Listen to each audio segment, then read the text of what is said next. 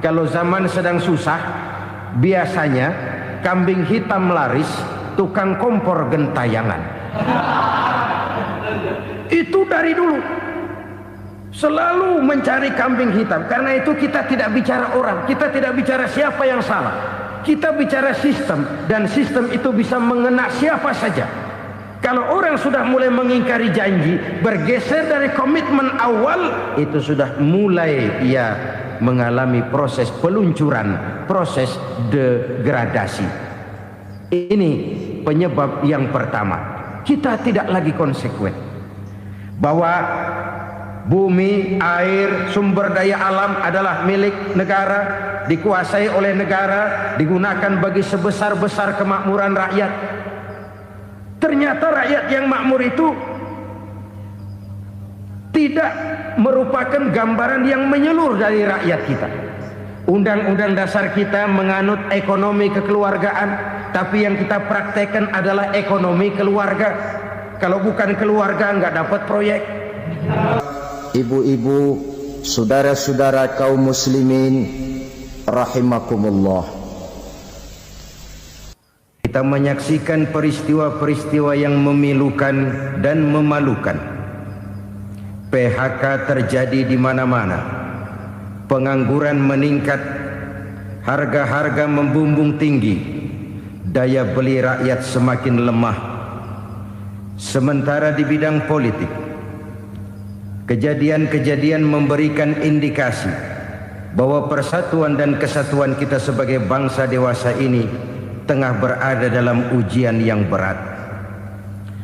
Pada jumpa kita kali ini, tanpa bermaksud untuk mencari kambing hitam dari bencana yang kita hadapi, saya ingin menyampaikan sebuah hadis yang diriwayatkan oleh Imam At-Tabarani dari Ibnu Abbas bahwa Rasulullah sallallahu alaihi wasallam bersabda, khamsun bi khamsin, ada 5 perkara yang dapat menimbulkan 5 macam bencana.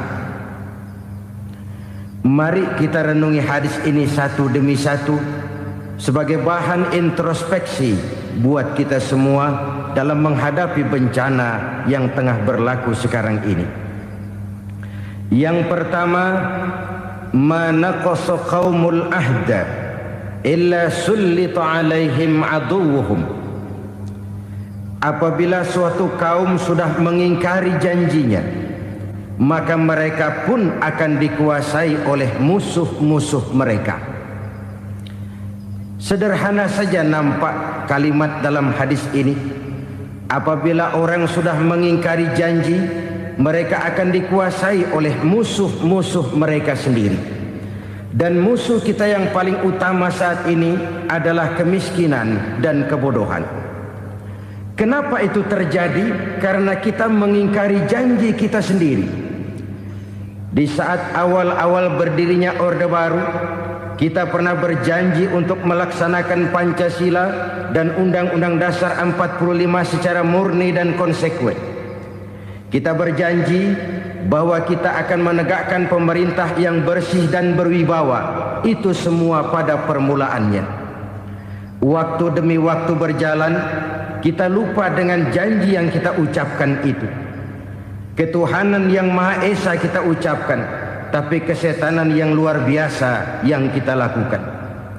Kemanusiaan yang adil dan beradab yang kita dengungkan, tetapi kemanusiaan zalim dan biadab yang kita praktekkan.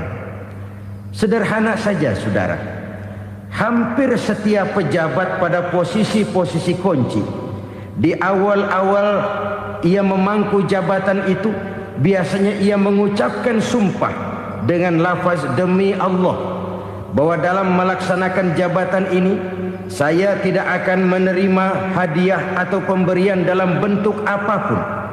Itu pada permulaannya. Lama-lama rupanya hadiah itu asik juga, mulai diterima. Lama-lama dirasa kurang, mulai menagih.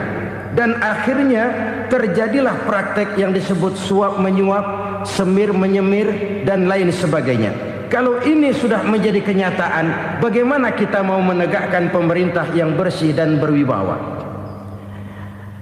Undang-Undang Dasar 45 menyatakan bahwa bumi, air dan seluruh kekayaan negara dikelola oleh negara bagi sebesar-besar kemakmuran rakyat. Yang terjadi adalah bahwa kita merasa mewakili rakyat untuk menikmati harta dan kekayaan negara, sehingga rakyat banyak tidak bisa ikut menikmatinya. Menumpuklah harta itu sehingga terjadilah pepatah, gunung ditimbun, sumur digali. Yang kaya semakin kaya, yang miskin semakin terpuruk. Kita ingkar dengan janji yang kita ucapkan di awal-awal kita bergerak. Kita ingkar dengan janji pada saat kita mengatakannya dengan menyebut nama Allah, dengan mempertaruhkan nama Tuhan. Sehingga pada akhirnya jabatan pun mengalami tender. Sudah menjadi rahasia umum. Orang mau jadi lurah mesti mengeluarkan uang. Mau jadi camat mesti mengeluarkan uang. Mau jadi wali kota, bupati, bahkan gubernur, itu ada pasarannya. Secara logika, kalau orang memperoleh satu jabatan karena banyak mengeluarkan uang, tentu pada saat ia mengeluarkan uang, ia sudah punya pemikiran, modal pasti pulang, modal pasti kembali. Kalau orang memperoleh suatu jabatan karena banyak mengeluarkan uang, maka langkah pertama yang dia lakukan setelah memangku jabatan itu ialah bagaimana uang bisa kembali, bagaimana modal bisa pulang. Kalau modal sudah pulang, pikiran berikutnya bagaimana supaya dapat untung. Lalu kapan mau bekerja untuk kepentingan rakyat? Itu nomor 18. Kemudian kalau ada proyek-proyek besar, pertanyaannya ialah bukan apakah proyek ini bermanfaat bagi rakyat, apakah proyek ini layak untuk diteruskan, tetapi yang jadi pertanyaan paling utama ialah bagian saya berapa duit dari proyek ini. Kita bisa lihat proyek, mega proyek lahan 1 juta hektar di Kalimantan Tengah, triliunan rupiah, dan proyek itu gagal. SD Inpres bulan ini diresmikan, bulan depan retak. Jembatan-jembatan bulan ini gunting pita, bulan depan runtuh. Kita ingkar dengan janji. Kita berkata kita bekerja untuk kepentingan rakyat, tapi kita tidak pernah mengenal rakyat itu. Apabila suatu kaum sudah mulai mengingkari janji, maka mereka akan dikuasai oleh musuh-musuh mereka. Akibatnya tersusunlah barisan-barisan sakit hati yang makin lama makin menjadi bola salju, menggelinding membesar, dan kemudian terjadilah hal-hal yang tidak kita inginkan lagi. Apabila suatu kaum sudah mengingkari janji, maka mereka akan dikuasai oleh musuh-musuh mereka. Ini penyebab bencana yang pertama. Kita tidak konsekuen. Tadinya kita dengan lantang teriak-teriak berantas korupsi, ganyang korupsi. Pada waktu kita belum mendapat kesempatan. Setelah kita naik punya kesempatan, rupanya korupsi enak juga dirasa. Terjadi pergeseran nilai, orang luntur, kehilangan idealisme awal. Lalu untuk menghibur diri, menutup kesalahan, kita gunakanlah pepatah bahwa tidak ada gading yang tak retak, bahwa kita harus mikul dur mendem jero. Itu semua cuma sebagai dalih agar kesalahan kita tidak dibicarakan orang lain. Padahal kita sendiri yang mengingkari janji. Kita yang keluar dari komitmen awal kita. Kita berjanji melaksanakan Pancasila dan Undang-Undang Dasar 45 dengan murni dan konsekuen. Kita berjanji untuk menegakkan pemerintah yang bersih dan berwibawa. Namun dalam kenyataannya itu tidak kita laksanakan dengan sebagaimana mestinya. Kita bergeser, kita mengalami proses degradasi, peluncuran nilai, dan akhirnya terbentuklah barisan-barisan sakit hati yang semakin lama semakin membesar itu. Kita harus introspeksi. Memang kalau zaman sedang susah, biasanya kambing hitam laris, tukang kompor gentayangan. Itu dari dulu. Selalu mencari kambing hitam. Karena itu kita tidak bicara orang, kita tidak bicara siapa yang salah. Kita bicara sistem, dan sistem itu bisa mengena siapa saja. Kalau orang sudah mulai mengingkari janji, bergeser dari komitmen awal, itu sudah mulai ia mengalami proses peluncuran, proses degradasi. Ini penyebab yang pertama. Kita tidak lagi konsekuen bahwa bumi, air, sumber daya alam adalah milik negara, dikuasai oleh negara, digunakan bagi sebesar-besar kemakmuran rakyat. Ternyata rakyat yang makmur itu tidak merupakan gambaran yang menyeluruh dari rakyat kita. Undang-undang dasar kita menganut ekonomi kekeluargaan, tapi yang kita praktekkan adalah ekonomi keluarga. Kalau bukan keluarga nggak dapat proyek. Kalau bukan keluarga nggak dapat macam-macam. Kekeluargaan kita rubah menjadi keluarga. Timbullah penyakit nepotisme. Kita bergeser, kita ingkari janji, dan kita anggap kita atasnamakan rakyat. Rakyat cuma sekedar jadi address, rakyat cuma sekedar jadi alamat, tetapi kehidupan mereka tidak banyak berubah dan tidak banyak terangkat. Kaum muslimin rahimakumullah, ini penyakit yang pertama, penyebab bencana yang pertama. Yang kedua, kata Nabi, wa ma hakamu bighairi ma anzalallah. Apabila hukum yang diterapkan sudah tidak lagi bersumber dari hukum Allah, illa fasya fihimul faqru, maka akan bertebaranlah kemiskinan di mana-mana. Ini artinya apa? Apabila hukum tinggal sebuah stempel, apabila hukum sudah diatur menurut kepentingan, apabila hukum sudah tidak lagi ditegakkan secara adil, maka kemiskinan merambah di mana-mana. Hukum diatur menurut selera orang yang sedang berkuasa, maka yang benar bisa jadi salah, yang salah bisa jadi benar. Hukum dalam kenyataan hidup berlaku seperti pisau. Pisau itu kan saudara lihat, yang namanya pisau dimanapun itu tajamnya ke bawah, ke atas tumpul. Kalau hukum itu, kalau untuk rakyat, hukum itu tajam bukan main, cepat sekali dilaksanakan. Tapi giliran menengah ke atas, yang gedean dikit berbuat salah, hukum tompul. Hukum pura-pura tidak dengar. Akibatnya terluka rasa keadilan rakyat. Satu kasus rakyat diam, dua kasus rakyat diam, tiga kasus rakyat diam, kasus terakumulasi di hati rakyat. Luka rasa keadilan, dan itu menjadi sumber bencana. Penjarahan, kita tidak setuju itu, tapi kita harus melihat kausalnya. Itu kan tidak berdiri sendiri. Itu kan karena terlukanya rasa keadilan rakyat, melihat kesempatan ini tidak merata. Kalau rakyat ini yang ngajukan kredit ke bank, walaupun jumlahnya cuma jutaan, ratusan ribu, susahnya 17 setan.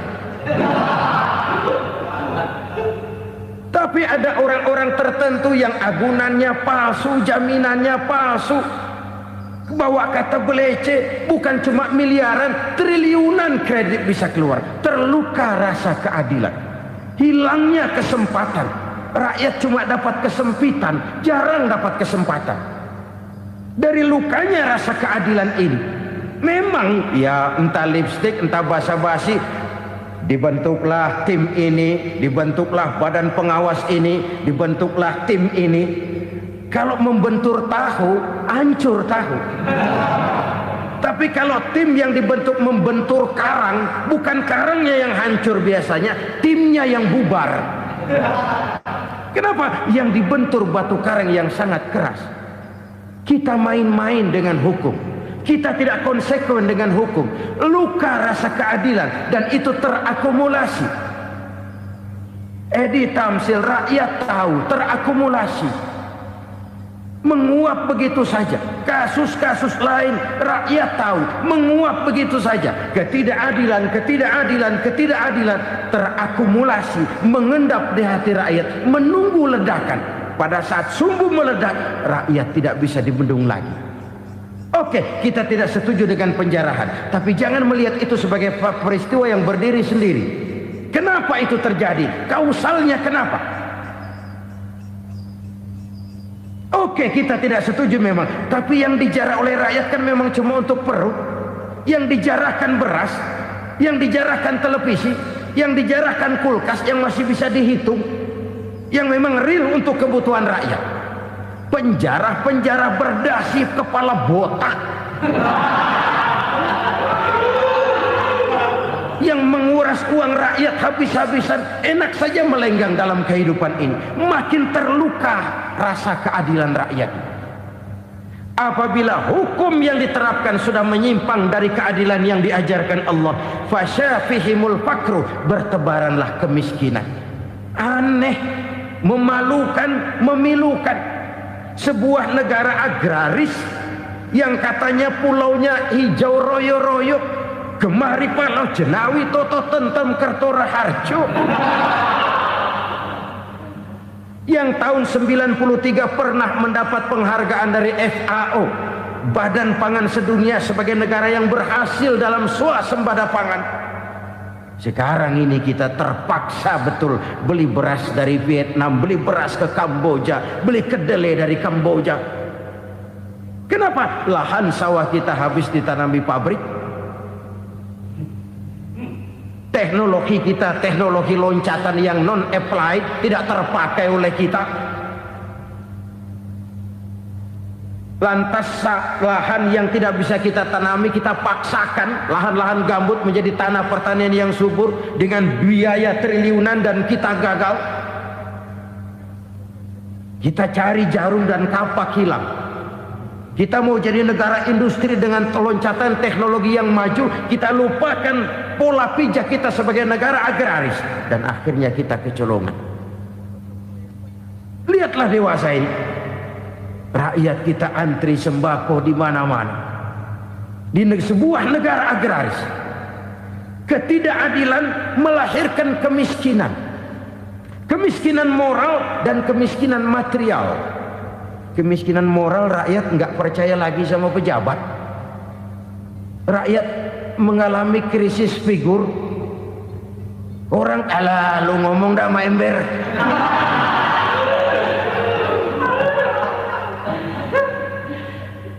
Penataran yang menghabiskan biaya miliaran itu melahirkan pejabat-pejabat korup. Pengawasan yang menghabiskan biaya miliaran itu ternyata impoten, mandul. Kemiskinan moral. Jujur saya berkata, saudara-saudara, setelah pintu reformasi dibuka, itu yang masuk memang macam-macam. Ada yang memang punya tujuan murni, konsekuen, dan punya konsep.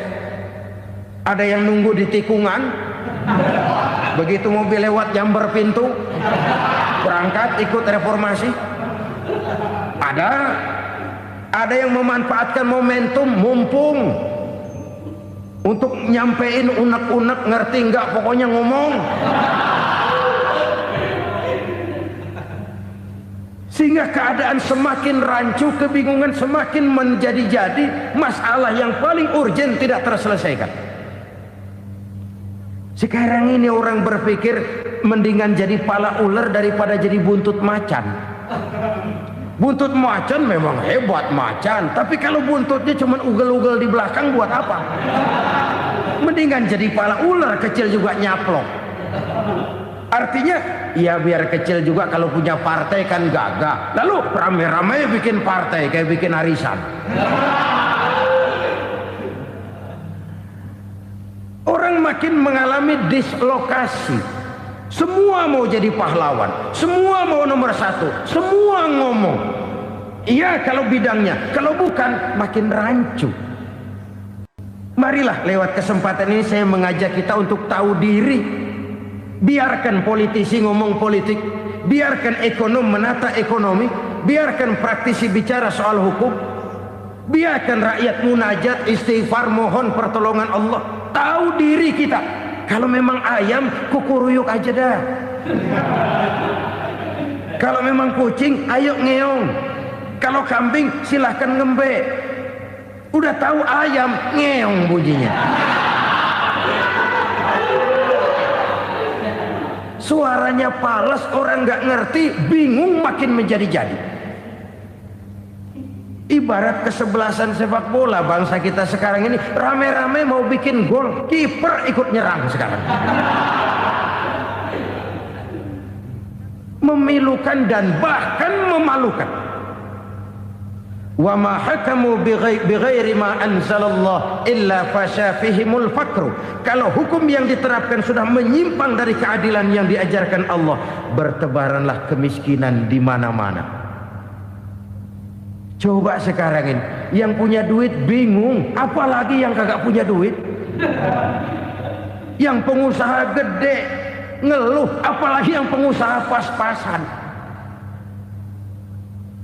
Yang kagak punya beras, yang punya beras saja masih bingung, apalagi yang nggak punya beras. Ini sudah demikian merata.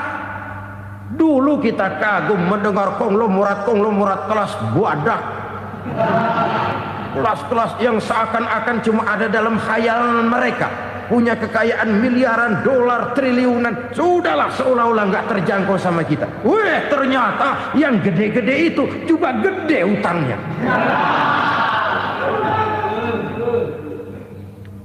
Dan rontok satu demi satu. Ternyata rakyat selama ini cuma dialamatkan, cuma dijadikan address. Rakyat yang tidak banyak ngerti persoalan ini harus menanggung hidup ini begini berat, harus menanggung beban hidup ini begini tinggi. Daya beli semakin lemah, semakin terpuruk dan terpuruk, sedang keadaan belum juga banyak berubah. Yang hutang sama luar negeri itu kan bukan rakyat kecil, Ciano. Yang banyak nyimpen dolar juga kan Ciano. Rakyat kecil bocah kampung mah jangankan nyimpen dolar, ngelihat juga tumben. Kemana kita mesti bercermin? Sekali lagi saya mengatakan, maaf, kita tidak bermaksud mencari kambing hitam.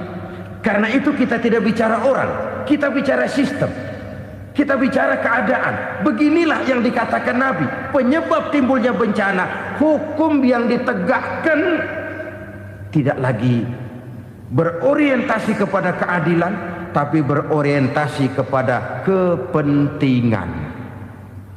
Akhirnya bentuk hukum seperti pisau, tajam ke bawah, tumpul ke atas. Hukum cuma buat rakyat kecil, tetapi kelompok menengah ke atas kadang-kadang kebal dari perlakuan hukum. Maka bertebaranlah kemiskinan. Iya, kemiskinan moral berupa lukanya rasa keadilan. Kalau rasa keadilan terluka, orang kan nunggu kesempatan, saudara. Iya, dia nggak bisa ngomong. Iya, dia nggak sanggup action. Iya, dia nggak bisa tunjuk rasa, tapi hatinya kan, kapan ada kesempatan, kapan ada waktu, tunggu. Hatinya mesti begitu. Sehingga begitu ada kesempatan, terjadilah hal-hal yang tidak terhindarkan. Dan itu ekses, bukan reformasi. Jangan seperti sebuah dialog saya dengan seorang abang beca. Saya bertanya, bang, ya, abang tahu nggak reformasi? Tahu. Ustaz, apa? Pembakaran. Terus penjarahan. Lalu perkosaan. Itu reformasi. Itu yang saya lihat. Nah, itu yang dia lihat. Saya tentu tidak menyalahkan abang beca kita, karena memang itu yang dia lihat dan sejauh itu wawasannya. Tapi ini indikasi bahwa banyak rakyat kita yang belum bisa menggunakan kebebasan secara bertanggung jawab. Padahal kebebasan tanpa tanggung jawab tirani. Sebuah contoh gampang-gampangan. Saya beli radio, saya setel di kamar saya, lalu saya bilang, ini radio gue. Yang beli gue, pakai duit gue setel di kamar gue, sekeras-kerasnya, gak ada urusan sama orang lain. Itu kata saya. Tetapi tetangga saya sebelah rumah kan boleh juga ngomong begitu. Kata tetangga saya, ini mata gue, yang ngantuk gue tidur di kamar gue. Kenapa suara radio lu nyampe kemari? Artinya apa ini? Kebebasan saya nyetel radio dibatasi oleh kebebasan tetangga saya yang mau tidur. Tidak ada kebebasan mutlak. Kebebasan mutlak tanpa tanggung jawab kembali akan melahirkan tirani, kembali akan melahirkan pemaksaan kehendak. Dan itu lagi-lagi bukan demokrasi. Saudara-saudara kaum muslimin rahimakumullah. Ini penyakit yang kedua, lukanya rasa keadilan, terutama di kalangan rakyat kecil. Itu mengendap menjadi akumulasi dan menunggu giliran kapan bisa dimuntahkan. Dengan kata lain, rakyatnya udah banyak banget makan yang perutnya jadi enak, nyelam. Kapan nunggu muntahnya? Udah begini banyak akumulasi yang mereka pendam di perut ini, sehingga ketika terjadi kesempatan itu sudah tidak terkendalikan lagi. Kita out of control. Saya tidak mentolerir sikap-sikap kekerasan.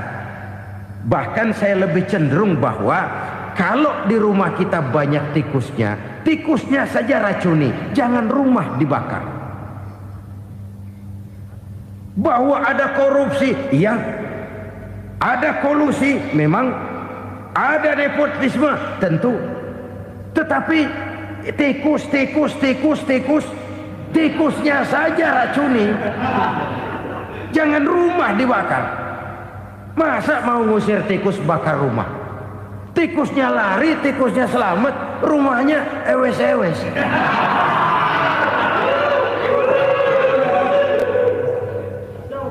Tikus selamat, rumah nggak punya.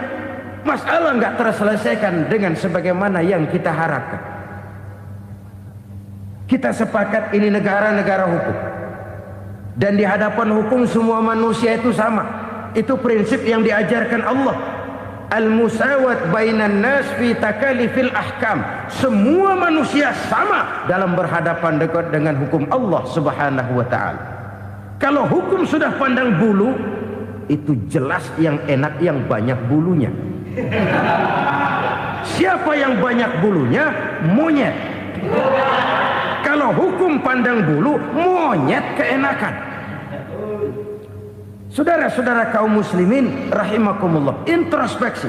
Mari kita bercermin bagaimana perjalanan hukum selama ini. Kalau introspeksi ini kita temukan, lalu ada upaya untuk memperbaiki diri. Jangan menggunakan tak ada gading yang tak retak, mikul duwur mendem jero untuk menutup-nutupi kesalahan orang. Padahal kesalahan itu sedemikian besar. Padahal rakyat kita tiap hari antri sembako. Ada yang sehari sekali makan, ada yang makan sudah bercampur tiwul, ada yang nasi sudah dicampur pisang, balik jadi orok lagi. Macam-macam upaya rakyat untuk menangsal perut ini. Lalu rakyat ditenang-tenangkan, lebih baik puasa Senin Kemis sambil menghadapi krisis ekonomi. Kenapa rakyat yang disuruh puasa? Kenapa bukan pejabatnya yang puasa lebih dulu untuk kemakmuran rakyat? Kalau rakyat yang memang perutnya udah gepeng disuruh puasa, makin krempeng perutnya. Artinya pejabat harus punya sense of politik. Ya, tidak, puasa itu kan tidak cuma Senin Kemis saja puasa itu. Puasa perasaan, puasa menghargai perasaan yang sedang kondisi yang sedang dihadapi oleh rakyat. Bagaimana rakyat yang tengah antri sembako melihat pejabatnya lewat dengan mobil yang harganya sampai 1 miliar. Oh, inilah pemimpin saya. Luka lagi rasa keadilannya. Kita tidak tenggang rasa. Puasa dalam artian itu pun akan menolong menegakkan semangat kebersamaan, membentuk semangat kebersamaan. Saudara-saudara kaum muslimin rahimakumullah, penyebab bencana yang ketiga dikatakan oleh baginda Nabi, wala zaharat fihimul fahishatu illa fasha fihimul maut. Apabila kekejian telah merajalela, maka maut bertebaran di mana-mana. Kita renungi butir kalimat dalam hadis ini. Apabila kekejian telah merajalela, maut bertebaran di mana-mana. Begitu murah arti sebuah kehidupan. Penjarahan untuk hal-hal yang kecil tapi sampai mengorbankan nyawa. Apabila kekejian sudah terjadi di mana-mana, maut pun bertebaran. Maut dalam arti berpisah ruh dengan jasad, tapi juga maut dalam arti orang bisa mati karirnya, orang bisa mati usahanya, orang bisa mati kesempatannya karena perbuatan-perbuatan keji yang selama ini tidak terbendung. Lahirlah teori mafia. Siapa yang kuat dia yang berkuasa, siapa yang lemah dia menjadi mangsa. Proyek-proyek besar yang menang tender itu ya dari itu ke itu saja. Yang pengusaha-pengusaha tidak punya koneksi, tidak bisa bayar komisi, dapat proyek tetelan. Ada dagingnya, dikit namanya juga tetelan. Dagingnya sudah habis disantap oleh meja. Sekian puluh meja dilalui, sekian puluh amplop dikeluarkan. Sehingga yang akhirnya ya tinggal tetelan itu tadi. Maka kualitas pekerjaan pun sudah bukan lagi jadi masalah. Demikianlah mafia-mafia ini bermunculan di mana-mana. Di pengadilan terkenallah mafia pengadilan. Hukum bisa dibeli, hukum bisa dipesan menurut kebutuhan sponsor. Mafia peradilan, mafia politik, mafia ekonomi, bahkan mafia agama yang menggunakan agama sebagai kedok, menggunakan agama sebagai dalih, menggunakan agama sebagai topeng untuk melancarkan maksud-maksud politiknya pun tidak tertutup kemungkinan. Apabila kekejian telah merajalela, maut bertebaran di mana-mana. Korupsi, kolusi, nepotisme itu bagian dari kekejian. Kita selama ini kalau mendengar maksiat, itu yang terbayang cuma judi, mabuk, zina. Iya itu maksiat. Tapi korupsi, kolusi, nepotisme itu juga maksiat dalam bentuk lain. Kalau ini sudah bertebaran, maka maut terjadi di mana-mana. Jangan bayangkan cuma mati orangnya, itu sih kewajiban. Yang menyakitkan itu orangnya masih hidup tapi dibikin mati. Karirnya mati. Kenapa? Karena yang diperlukan bukan cuma orang pinter tapi orang taat. Biar pinter, kalau nggak taat minggir. Biar bodoh, kalau taat bisa nyenangin atasan, bisa nyemur. Kumaha juragan wae ayo nama. Itu yang kadang-kadang dapat penghargaan. Tidak ada prestasi kerja kecuali bikin senang orang di atas. Kita lihat di desa-desa jalan rusak. Kalau ada berita pejabat anak mau turun, jalan rata sekali. Sampai tanah dari mana aja dikeruk buat ngeratain tuh jalan. Pejabat pulang legok lagi jalanan. Katanya kita kerja buat rakyat, nyatanya kita cuma melayani atasan. Kenapa? Terjadi lingkaran setan. Seperti kata lagu Dul Sumbang itu. Mahasiswa takut sama dosen, dosen takut sama dekan, dekan takut sama rektor, rektor takut sama menteri, menteri takut sama presiden, presiden takut sama mahasiswa. Lah muter balik lagi. Lingkaran setan. Lingkaran setan. Saudara-saudara kaum muslimin rahimakumullah. kekejian yang merajalela, praktek-praktek mafia yang tertuang dalam kehidupan sehari-hari menyebabkan orang mati karirnya, jasad masih hidup, karir mati, itu menyakitkan. Mati bisnisnya. Rakyat kecil pernah senang ketika cengkeh booming, harganya bagus, rakyat banyak yang pergi haji. Lalu mau ditata, lahir tata niaga cengkeh, malah amburadul. Harga cengkeh jatuh, petani cengkeh kecil menjerit. Siapa yang untung? Segelintir orang. Masihkah kita pakai atas nama rakyat untuk kepentingan nasional, padahal yang nyanyi cuma segelintir orang? Masihkah kita mau bohongi rakyat ini dengan mobil nasional tapi bikinan Korea? Masihkah kita mau bermain verbalisme, bermain kata? Ini sebuah masa lalu yang tidak perlu terulang lagi untuk masa-masa yang akan datang. Kekejian merajalela, orang mati karir, bisa mati usaha, mati bisnis. Usahanya maju, dirangkul, hancur. Usahanya maju, dipukul, hancur, tenggelam. Bahkan yang memilukan dan memalukan badan-badan usaha milik negara itu dikebiri sedemikian rupa sehingga tidak menghasilkan hal-hal yang bermanfaat buat negara.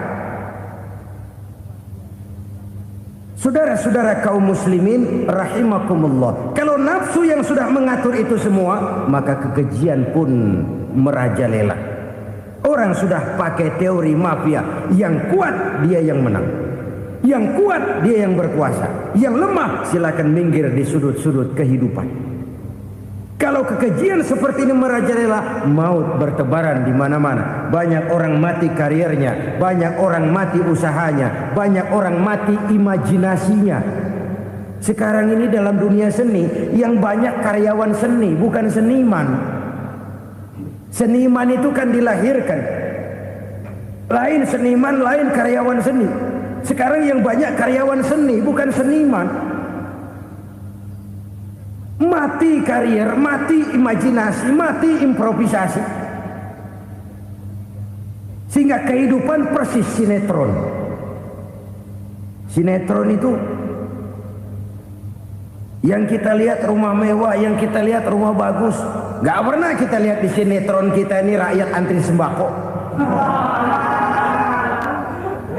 Kita dijejali hal-hal yang indah, yang wah, yang membuat kita tenggelam dalam gaya hidup instan, tenggelam dalam gaya hidup wah. Kita lupa dengan realitas keseharian di tengah-tengah masyarakat kita. Lahirlah kelompok-kelompok selebritis, dibesarkan oleh berbagai media. Selebritis pilek aja masuk koran, pilek.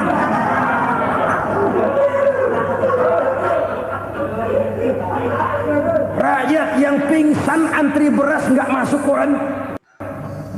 Rakyat yang semaput antri minyak nggak masuk koran. Selebritis panok masuk koran.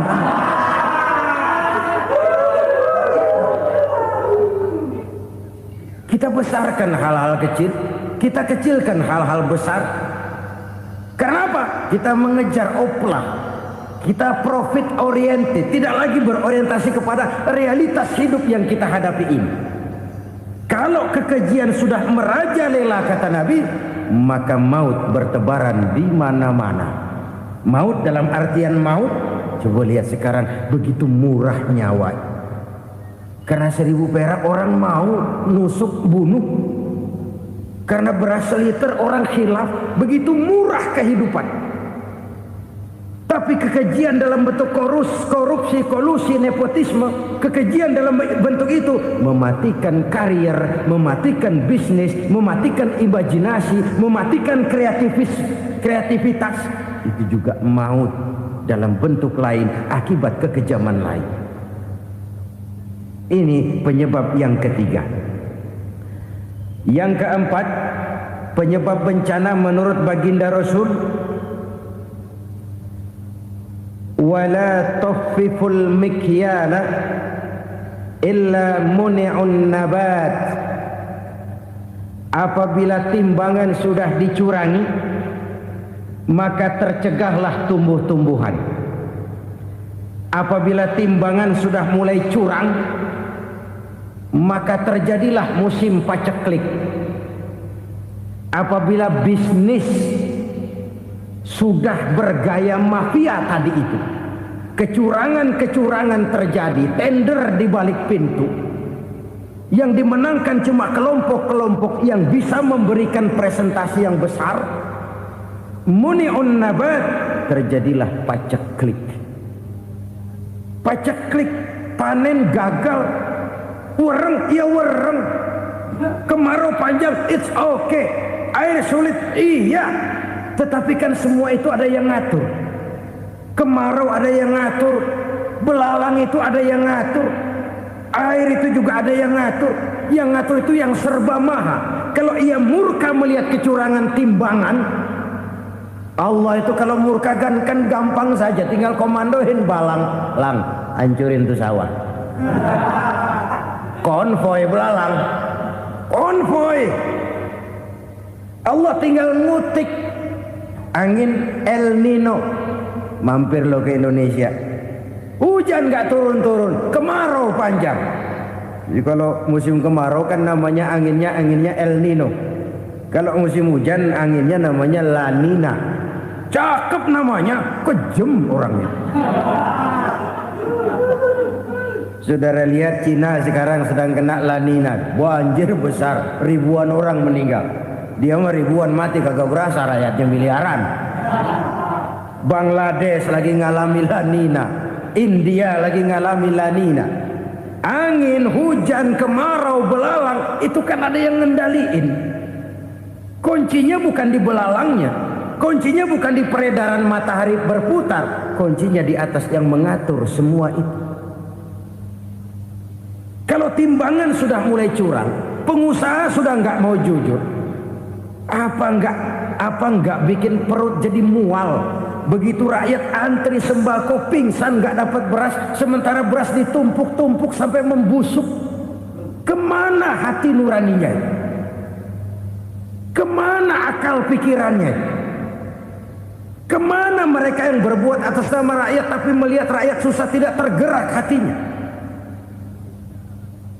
Apabila timbangan sudah mulai dicurangi, bisnis sudah mulai melenceng, maka terjadilah paceklik. Sebuah negara yang berhasil dalam swasembada pangan, lalu sekarang menjadi negara yang rakyatnya antri untuk memperoleh kebutuhan pangan. Saudara-saudara kaum muslimin rahimakumullah, ini intinya adalah kecurangan.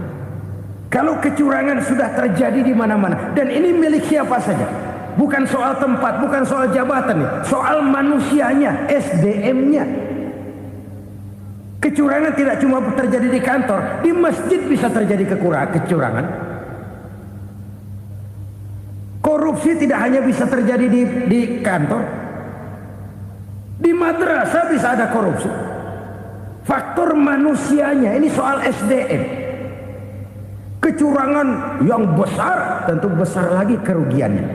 Kecurangan yang kecil, kecurangan sehari-hari, pedagang-pedagang kecil ngurangi timbangan, barang yang buruk dikatakan baik, yang baik dikatakan buruk, itu merugikan perorangan. Kecurangan yang besar merugikan bangsa dalam bentuk total, dalam bentuk seutuhnya.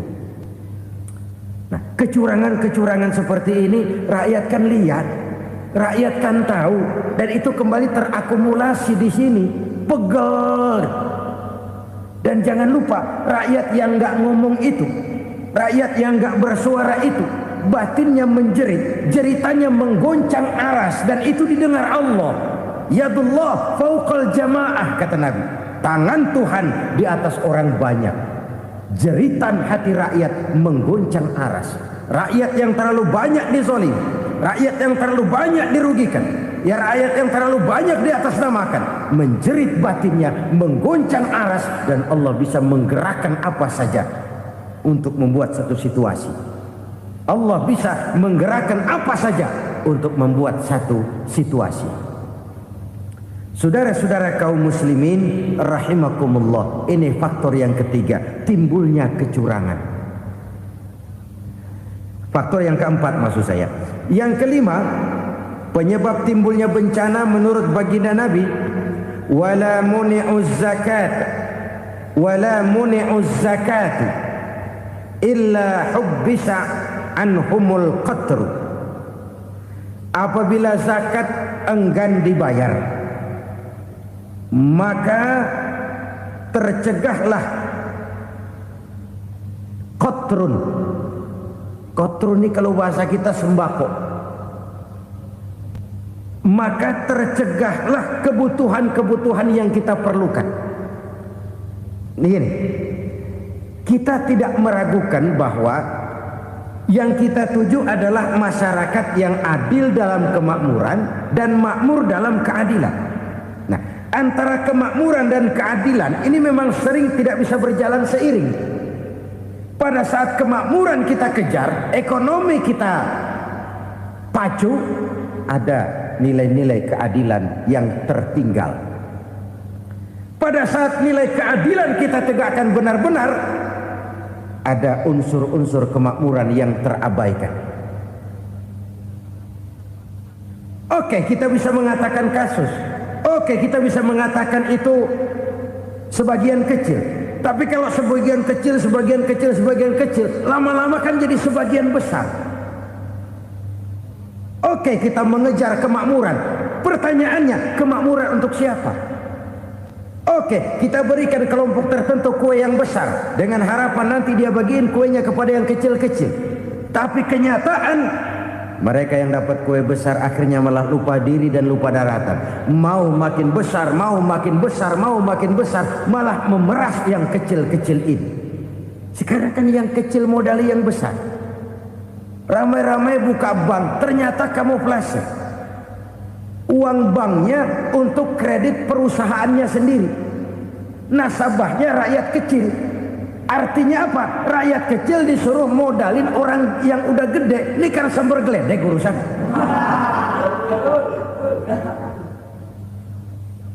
Ini kan permainan apa lagi? Rakyat kecil suruh modali yang gede. Nasabahnya rakyat kecil, kumpulkan uangnya di bank, kucurkan kredit kepada perusahaannya sendiri. Bukankah itu rakyat kecil suruh modali yang gede? Sudah begitu kejamkah kita untuk meraih keuntungan dengan mengorbankan orang kecil ini?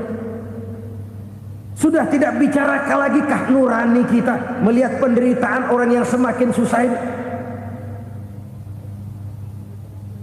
Kalau zakat enggan dibayar, padahal zakat 2,5% saja, 2,5% saja. Kalau itu pun enggan, kalau zakat saja enggan, bagaimana pula yang namanya sedekah, bagaimana pula yang namanya infak, bagaimana pula yang namanya santunan, bantuan. Kadang-kadang lipstick nyumbang si nyumbang, cuman nyolongnya lebih gede. Ini namanya sumbangan lipstick. Buat lipstick itu kan buat ngumpetin bibir pucat. Itu fungsi utama lipstick. Buat ngumpetin korupsinya, nyumbang kegiatan-kegiatan sosial, tapi yang dia korup lebih gede dari yang dia sumbangin. Lipstick kamuflase, nepu kata anak sekarang.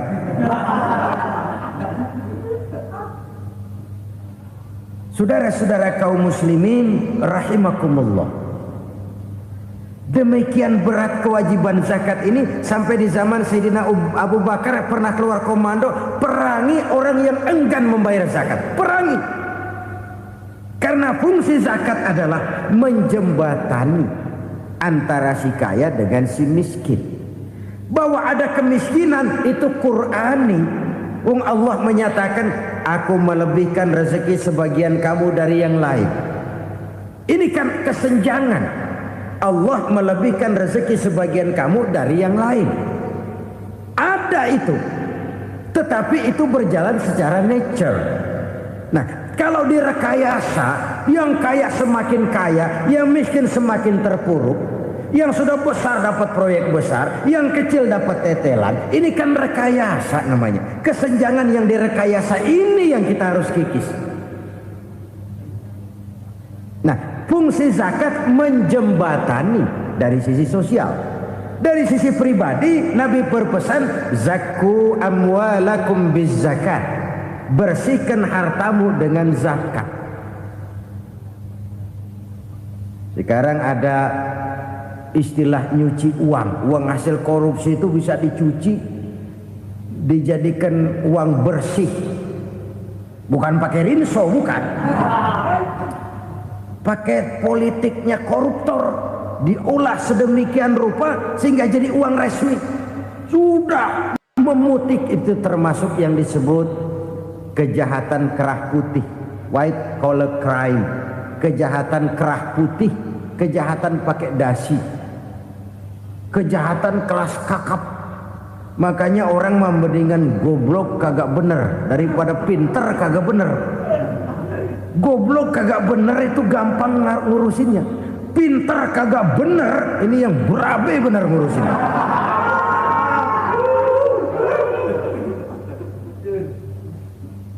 Kita bukan cuma perlu orang pinter kok di zaman sekarang. Kita perlu orang-orang bener yang punya komitmen, yang sesuai kata dan perbuatan, yang bisa merasakan apa yang dirasakan oleh rakyat, yang punya sense of politik yang tinggi, yang peka, yang penuh keterbukaan, yang punya wawasan dan pandangan jauh ke depan. Dari sisi pribadi, zakat itu membersihkan harta kita. Ya, dia tercampur dengan yang subuhat, dia bahkan mungkin tercampur dengan sedikit-sedikit yang haram. Itu zakku amwalakum bizzakat, bersihkan hartamu dengan zakat itu. Pada sisi sosial ia menjembatani, pada sisi pribadi ia membersihkan harta kita. Karena itu kalau kita minta berdoa minta rezeki, syarat rezeki itu halalan thayyiban wasi'an. Enggak pernah kurang dari 3 itu. Halal, bagus, banyak. Halal, bagus, tapi sedikit, susah ngaturnya. Halal, banyak, tapi kurang bagus. Buat apaan? Bagus, banyak, tapi haram, enggak ada artinya. Sebab kata Imamul Ghazali, kalau kau terlalu suka memakan makanan yang haram, dikunyah masuk ke dalam perut besar, digiling oleh perut besar, menghasilkan energi, menggerakkan sel-sel pembuluh saraf, kau juga akan cenderung berpikir yang haram. Kalau sudah cenderung berpikir yang haram, perbuatan pun akan mengarah kepada perbuatan-perbuatan yang haram. Dulu waktu kelompok Jimbaran 200 konglomerat Indonesia kumpul, dihimbau supaya sekian persen kasih pengusaha-pengusaha lemah. Itu kan cuma sekedar belas kasihan, tidak banyak menolong keadaan. Dan bukan itu yang diperlukan pengusaha-pengusaha kecil. Yang diperlukan adalah berikan kami kesempatan seperti mereka dapat kesempatan. Berikan kami peluang seperti mereka juga dikasih peluang. Kalau cuma dikasih 100 juta, 200 juta hari ini, usaha kami nggak ada prospeknya, peluang kagak ada, kan sama juga bohong. Diceburin ke kali, disuruh berenang, tangan diikat, mendingan mampusin ketahuan. Ayo berenang, berlomba, tangan diikat, kaki diikat, sama saja nyuruh mati. Jadi jangan kasih ikannya, kasih kailnya. Yang diperlukan pengusaha kecil menengah ke bawah itu bukan cuma sekedar belas kasih dari konglomerat-konglomerat besar. Berikan kami peluang seperti mereka juga dapat peluang. Berikan kami kesempatan seperti mereka dapat kesempatan. Berikan kami kredit dengan kemudahan seperti mereka juga kalau minta kredit begitu mudahnya. Menciptakan peluang dan kesempatan, pemerataan. Bukan menciptakan manusia Indonesia dengan standar ekonomi yang sama. Semua rumahnya harus sama, semua punya mobil. Itu sih kebersamaan bebek.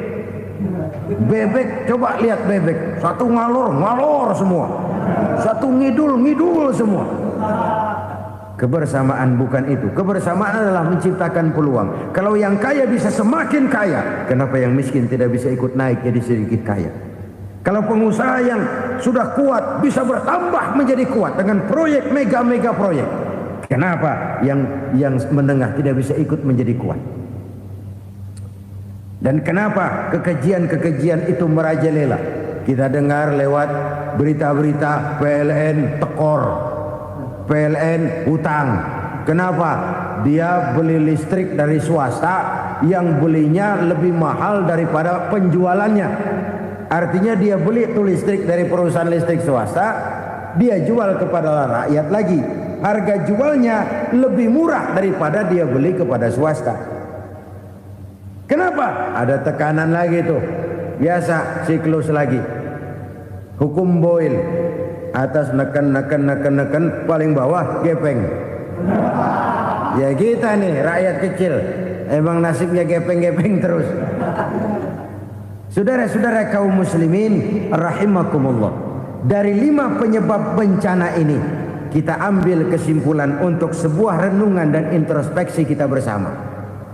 Pertama, mengingkari janji, padahal janji itu yang lebih tinggi nilainya adalah di hadapan Allah Subhanahu wa taala. Baik wakil-wakil rakyat di parlemen maupun pemimpin-pemimpin rakyat di dalam kabinet, apabila memangku suatu jabatan, selalu mereka mengawali dengan sumpah, dan sumpah itu dimulai dengan demi Allah. Sadarkah kita pada saat itu kita ucapkan bahwa kita sudah mempertaruhkan Allah untuk jabatan yang kita pegang? Kita sudah mempertaruhkan nama Allah untuk posisi yang dipercayakan kepada kita. Sadarkah kita bahwa menyia-nyiakan itu satu dosa yang sangat besar, yang tidak hanya kepada Allah tetapi juga kepada rakyat yang kita wakili, kepada rakyat yang kita pimpin? Cukuplah sudah rakyat dijadikan adres, umat dijadikan alamat sebagai numpang. Marilah kita kembali kepada komitmen awal dengan jujur kepada janji kita sendiri. Lalu yang kedua, kekejian, baik berupa korupsi, kolusi, nepotisme, dan perbuatan-perbuatan lain akan melahirkan kemiskinan. Kekurangan pangan bukan satu-satunya yang menyebabkan rakyat menderita. Lukanya rasa keadilan terakumulasi di hati rakyat, dan jeritan hati rakyat mengguncang aras. Kalau Allah murka, Allah bisa melakukan apa saja untuk menciptakan suatu kondisi. Faktor yang ketiga adalah praktek mafia menebarkan maut, baik orang yang mati jasad dan rohaninya maupun orang yang mati karirnya, mati kejujurannya, mati usahanya, mati imajinasinya. Hilang kreativitas kita sebagai bangsa. Faktor yang keempat, kecurangan-kecurangan di bidang usaha, di bidang tender, mengandalkan menjual kekuasaan. Dan memang repot kalau penguasa jadi pengusaha. Mau atau tidak mau, kebijakan-kebijakan kekuasaannya akan memperkuat jaring-jaring usahanya. Dan pada saat itu objektivitas sulit ditemukan lagi. Lalu yang kelima, keengganan membayar zakat, menumpuknya kekayaan negara pada kelompok-kelompok tertentu. Ini akan melahirkan paceklik yang berkepanjangan. Menumpuknya kekayaan dan harta negara pada kelompok-kelompok tertentu akan melahirkan paceklik dan kemiskinan yang berkepanjangan. Marilah kita sadar, marilah kita merenung bahwa keengganan kita membayar zakat, menciptakan pemerataan, pada akhirnya akan menjadi musibah buat kita semua. Saudara-saudara kaum muslimin rahimakumullah, sekian dulu jumpa kita kali ini. Mudah-mudahan yang saya sampaikan dari hadis riwayat Imam Tabrani ini menjadi bahan introspeksi buat kita semua. Tidak akan seorang muslim jatuh 2 kali di tempat yang sama. Semua merupakan pelajaran untuk kita jadikan introspeksi guna menata hari esok yang lebih baik daripada hari ini.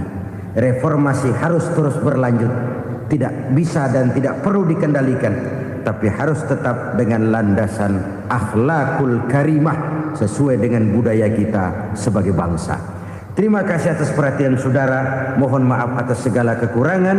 Jumpa lagi lain kesempatan insyaallah. Usikum wa nafsi bitaqwallah. Wassalamualaikum warahmatullahi wabarakatuh.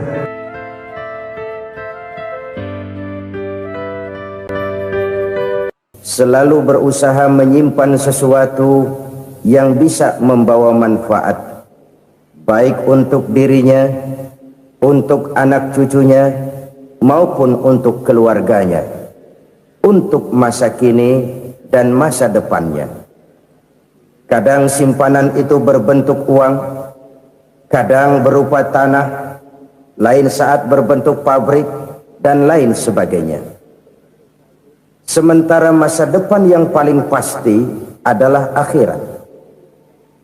Jika untuk masa depan dunia kita rela memeras keringat, membanting tulang, pergi pagi dan pulang petang, menyimpan uang, menyimpan tanah, menyimpan pabrik, pernahkah kita merenung jika satu saat kiamat datang, kita dibangkitkan dari kubur masing-masing, berdiri di padang mahsyar untuk mempertanggungjawabkan seluruh kegiatan hidup kita di dunia ini, lalu kita akan menuju ke alam akhirat. Sudahkah kita mempunyai simpanan untuk akhirat kita? Pada pertemuan kali ini saya ingin menyampaikan sebuah hadis di mana Rasulullah sallallahu alaihi wasallam bersabda, "Arba'un min kanzil jannah." Simpanan sorga ada 4 macam. Yang pertama, ikhfa'us sadaqah, menyembunyikan sedekah. Saudara-saudara kaum muslimin, sebagaimana yang kita maklum bahwa Allah Subhanahu wa taala melebihkan sebagian rezeki dari kita terhadap yang lain. Ada yang kaya, ada yang setengah kaya, ada yang miskin, ada yang setengah miskin, dan selanjutnya. Ada yang gajinya kecil tapi penghasilannya gede. Ada yang penghasilannya gede tapi nggak punya gaji. Ada juga yang memang gajinya gede dan penghasilannya gede. Kelebihan rezeki merupakan sunnatullah dan tidak harus membuat kita merasa lebih dari yang lain. Bahkan sebaliknya, kelebihan itu harus membuat kita ringan tangan untuk menolong mereka yang memang memerlukan pertolongan. Kalau saudara diberikan ilmu, maka pertanyaan akhirat cuma satu: ilmumu kau amalkan untuk apa? Kalau saudara diberikan umur yang panjang, pengadilan akhirat juga bertanya satu: umurmu kau habiskan di mana? Tapi kalau saudara diberikan harta, pengadilan akhirat akan bertanya 2: hartamu kau dapat dari mana? Kau belanjakan kemana? Dari mananya ditanya dan kemananya juga ditanya. Oleh karena kita akan dimintakan pertanggungan jawab, maka amanah yang bernama harta ini harus kita gunakan dengan sebaik-baiknya. Ada penggunaan yang merupakan kewajiban, itu zakat namanya. Ada penggunaan yang sewaktu-waktu, itu infak namanya. Ada yang lebih sewaktu-waktu lagi, dan itu sedekah namanya. Zakat dia terikat oleh haul dan nisab, oleh putaran batas waktu dan ukuran dari harta itu sendiri. Sedangkan infak terikat oleh situasi dan kondisi perekonomian seseorang. Sedangkan sedekah tidak terikat dengan apapun. Dalam kondisi seperti apapun kita bisa melakukan sedekah dengan yang terkecil sekalipun. Sampai-sampai Rasulullah sallallahu alaihi wasallam mengajarkan, la tahqiranna minal ma'rufi syai'an walau an talqa akhaka biwajhin talik. Atau ada hadis, tabassumuka fi wajhi akhika laka sadaqah. senyumanmu kepada temanmu adalah sedekah.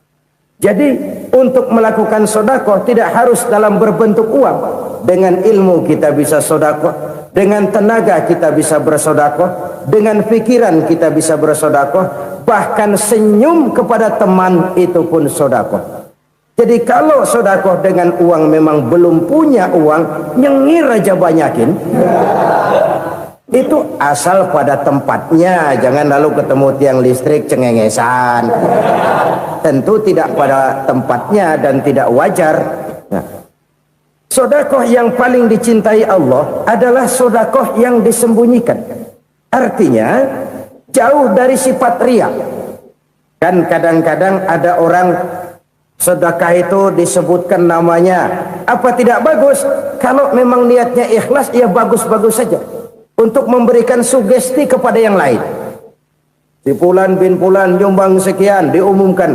Boleh kalau niatnya untuk memberikan rangsangan kepada yang lain supaya dia menyumbang lebih besar dari orang tadi. Tapi kalau itu mendatangkan riya, maka sedekah yang paling dicintai Allah adalah sedekah yang disembunyikan. Tangan kiri saja tidak tahu apa yang diberikan oleh tangan kanan.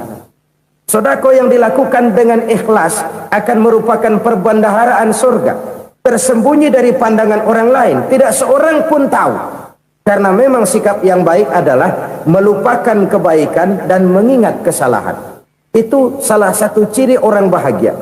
Orang yang selalu mengingat kesalahannya dan berusaha melupakan segala kebaikannya. Kalau dia akan ada kebaikan, dia tidak bisa ikut, dia merasa rugi karena dia merasa belum pernah berbuat baik. Tapi kalau akan melakukan kesalahan baru, dia ingat kesalahan yang sudah-sudah, sehingga terhalang baginya untuk melakukan satu kesalahan baru.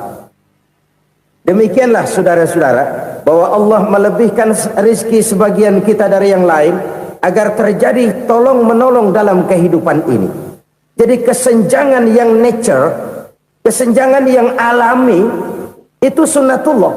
Ada yang kaya, ada yang miskin, ada yang kelas menengah. Nah, kenapa lalu sekarang kita berusaha mengentaskan kemiskinan? Oleh karena adanya kesenjangan struktural. Kalau yang kaya bisa semakin kaya, kenapa yang miskin tidak bisa naik jadi ikut sedikit kaya? Sebab pada dasarnya Islam adalah agama yang sejak turunnya sudah berupaya memerangi kemiskinan. Bahkan dikatakan kemiskinan itu mendekatkan kepada kekufuran. Orang kalau miskin udah dekat banget sama kafir. Gampang menjadi kafir. Berapa banyak saudara-saudara kita yang oleh karena soal perut, oleh karena soal materi, terpaksa meninggalkan dan menanggalkan akidahnya. Menjual petunjuk yang diberikan Allah dengan kesenangan dunia yang cuma sebentar ini. Na'udzubillah, thumma na'udzubillah. Jadi makin kita sembunyikan satu sedekah, semakin banyak perbendaharaan kita di surga. Sedekah yang paling dicintai Allah adalah sedekah yang disembunyikan. Malahan ada seorang sufi, dia punya kebiasaan kalau pergi sholat Jumat dia bawa uang, itu uang dia taruh di bawah tikar masjid.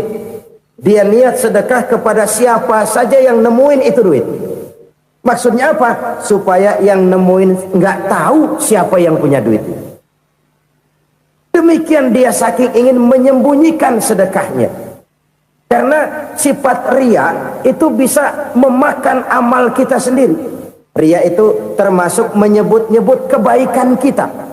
Orang yang suka nepuk dada, sedikit-sedikit ngitungnya kalau nggak gua. Tuh kalau nggak gua tuh. Tuh yang belah situ, kalau nggak gua. Iya, kalau nggak lu kenapa emang? Orang yang suka menepuk jasad, tuh biasanya memang begitu, saudara-saudara. Kalau perang lagi berkecamuk, orang nggak sempat ngaku jadi pahlawan. Tapi begitu perang selesai, yang kagak kenal bedil ngaku pahlawan, mas. Itu sesuatu yang biasa. Oleh karenanya, orang-orang yang ikhlas dalam bersedekah, disembunyikannya sedekah itu, Allah cinta betul. Malahan ada hadis memberikan jaminan, inna sedaqatal mar'il muslimi tazidu fil umri wa tadfa'u mitata su'i. Sesungguhnya sedekahnya seorang mukmin tazidu fil umri, bisa menambah umur panjang. Wa tadfa'u mitata su'i, dan menyelamatkan manusia dari mati secara su'ul khatimah. Jadi siapa yang kepengen panjang umur, banyaklah sedekah. Yang bosan hidup, pelit terus. Sedekah menambah panjang umur dan menyelamatkan manusia dari mati secara su'ul khatimah. Pak, katanya umur itu nggak bisa ditambah, nggak bisa dikurangin. Kapan? Kalau ajal sudah datang. Fa idza jaa ajaluhum la yastakhiruna sa'atan wa la yastakdimun. Kalau ajal datang tidak bisa dimajukan, tidak bisa dimundurkan. Itu kalau ajal sudah datang. Tidak bisa lagi umur ditambah dikurangi, sudah datang. Tapi kalau belum datang, itu kan haknya Allah. Mau ditambah, mau dikurangi, hak prerogatif Allah. Sebagai pencipta manusia, Allah maha kuasa dan maha mampu. Sedekah ini menambah panjang umur dan menyelamatkan manusia dari mati secara su'ul khatimah. Itu orang mati kan sama ya, kondisinya mati, nggak nafas. Tapi hakikat mati kan lain-lain. Ada yang mati itu husnul khatimah, baik akhirnya.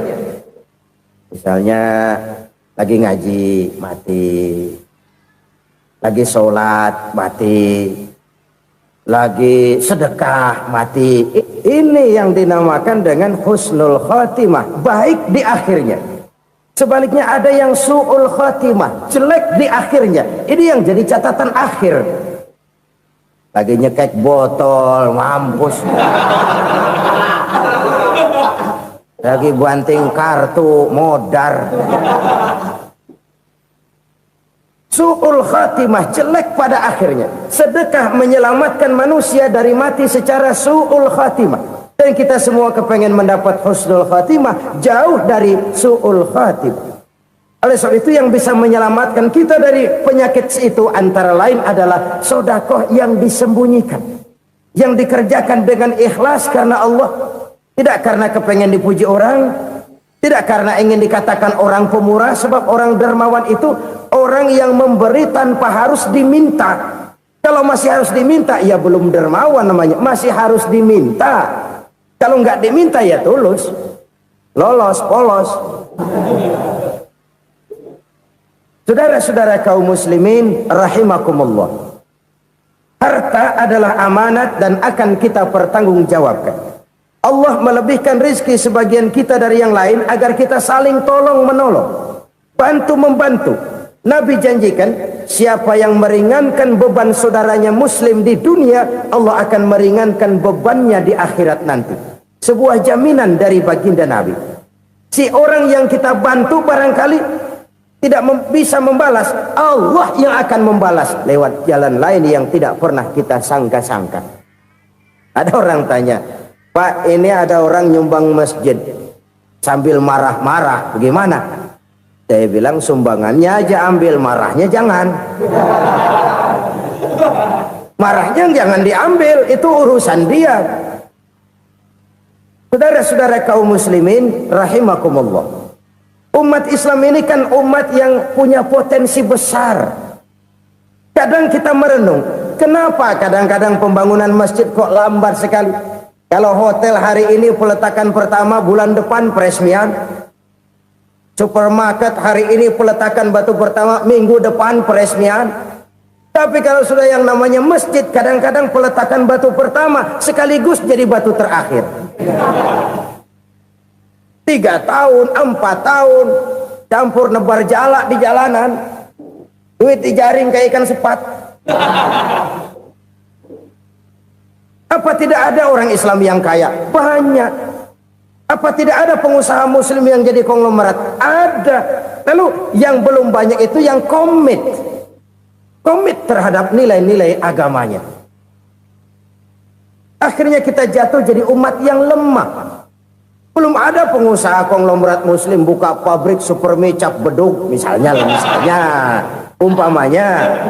umpamanya atau pabrik kecap cap sorban supaya identitas keislamannya sedikit kelihatan. Kita jatuh jadi umat yang lemah karena potensi tidak terinventarisir dengan baik. Kita ini ibarat kompor yang cuma matengin nasi orang lain. Potensi kita dimanfaatkan oleh orang lain. Ukhuwah Islamiyah kita baru terbatas kepada silaturahmi. Ukhuwah di bidang ekonomi kita lemah, ukhuwah di bidang kebudayaan kita lemah, apalagi ukhuwah di bidang politik kita lebih rapuh lagi. Padahal ukhuwah itu adalah totalitas kehidupan manusia, menyangkut ipoleksos bud, memerlukan nilai-nilai ukhuwah. Jadi oleh karena itu mari kita menyadari di dalam harta kita, walaupun kita yang cari pergi pagi pulang sore peras keringat banting tulang, di sana ada harta anak yatim, di sana ada hak masjid, di sana ada hak pesantren, di sana ada hak jihad. Berbahagialah seseorang apabila dia oleh Allah dijadikan keran itu menyimpan air, tapi tidak untuk dirinya, tapi disalurkannya kepada mereka yang memang memerlukannya. Saudara-saudara kaum muslimin rahimakumullah, ini yang pertama. Jadi perbendaharaan surga adalah menyembunyikan sedekah. Orang lain nggak tahu, kita pun nggak pernah ngitung-ngitung. Kita anggap lewat begitu saja, padahal itu deposit akhirat. Satu. Yang kedua, perbendaharaan surga itu apa? Wa kitmanul musibah, menyembunyikan kesulitan. Kadang orang takut menghadapi kesulitan, tapi makin kita merenung, hidup ini kan sebenarnya urusan. Takut sama urusan ya jangan hidup. Tandanya orang hidup itu kalau punya urusan. Urusan melupakan problem, problem sering menimbulkan kesulitan. Kesulitan bukan untuk ditakuti, tapi untuk diatasi dan dicarikan jalan keluarnya. Siapa sih orangnya yang nggak pernah sulit-sulit? Makin tinggi status sosialnya, makin gede urusannya. Makin tinggi kualitas imannya, makin berat tingkat kesulitannya. Cuma memang yang namanya enak itu seperti pelangi. Biang lala itu nggak pernah di atas kepala kita, di atas kepala orang melulu. Lo sih enak lo, kata kita. Dia juga bilang yang enak kan lo. Pelangi itu nggak pernah di atas kepala kita. Kata tukang beca, aduh enak ya naik Mercy. Kata tukang beca, apa yang di dalam mobil Mercy? Aduh enak bener tukang beca, di jok ngeringkuk ngorok pulas bener. Saya kamar pakai AC sejuk, tempat tidur sutra empuk, alga spring bed, kulak kulik nggak bisa pulas kalau belum minum Valium, belum tidur. Enak bener tukang beca, di jok ngorok nggak tahu wetan kulon. Si tukang beca bilang yang di Mercy enak, yang di Mercy bilang tukang beca enak. Inilah enak, nggak pernah di atas kepala kita, di atas kepala orang lain melulu enak itu. Nah saudara-saudara, yang merupakan perbendaharaan surga itu orang yang bisa menyembunyikan kesulitan, baik pribadi ataupun rumah tangga. Nih terutama rumah tangga yang jadi soalnya. Kadang-kadang kita ini kalau senang, sebaliknya kalau senang kita diam, kalem aja, cuek. Banyak banget duit kita bawaan, diam aja udah. Malah ketemu orang takut. Tapi begitu susah, sekampung tahu. Padahal Nabi mengajarkan perbendaharaan surga itu menyembunyikan musibah, menyembunyikan kesulitan. Kalau enak, cerita sama orang-orang. Kalau nggak enak, rasain sendiri, tekan sendiri, atasin sendiri. Kita kan sebaliknya, senang kita diam, asal lagi susah, paling tidak kita nyari teman buat cerita kesusahan. Siapa orangnya yang nggak pernah susah? Cuma soalnya bagaimana kita mengatasi kesusahan itu sendiri. Begitu juga misalnya kalau orang sudah berumah tangga, itu orang tuanya harus menjadi tempat dia cerita yang enak-enak saja. Yang nggak enak rasain berdua, selesaikan berdua, atasin berdua. Jangan dibalik. Asal senang diam, giliran susah saja. Maknya laporan. Terbalik. Bisa menjaga security informasi. Makan sama bayam, keluar diem, malah seluitan. Enak amat lo makan daging ayam. Security informasi. Saudara-saudara kaum muslimin rahimakumullah, Ujian yang terberat itu yang pernah diberikan kepada para nabi, para rasul, para aulia, para ulama. Makin tinggi keimanan, makin berat bentuk kesulitan. Ayo saya kemukakan satu contoh saja. Ada seorang nabi yang kaya, nabi kaya, namanya Nabi Ayub. Iblis kalau orang begini kan keki,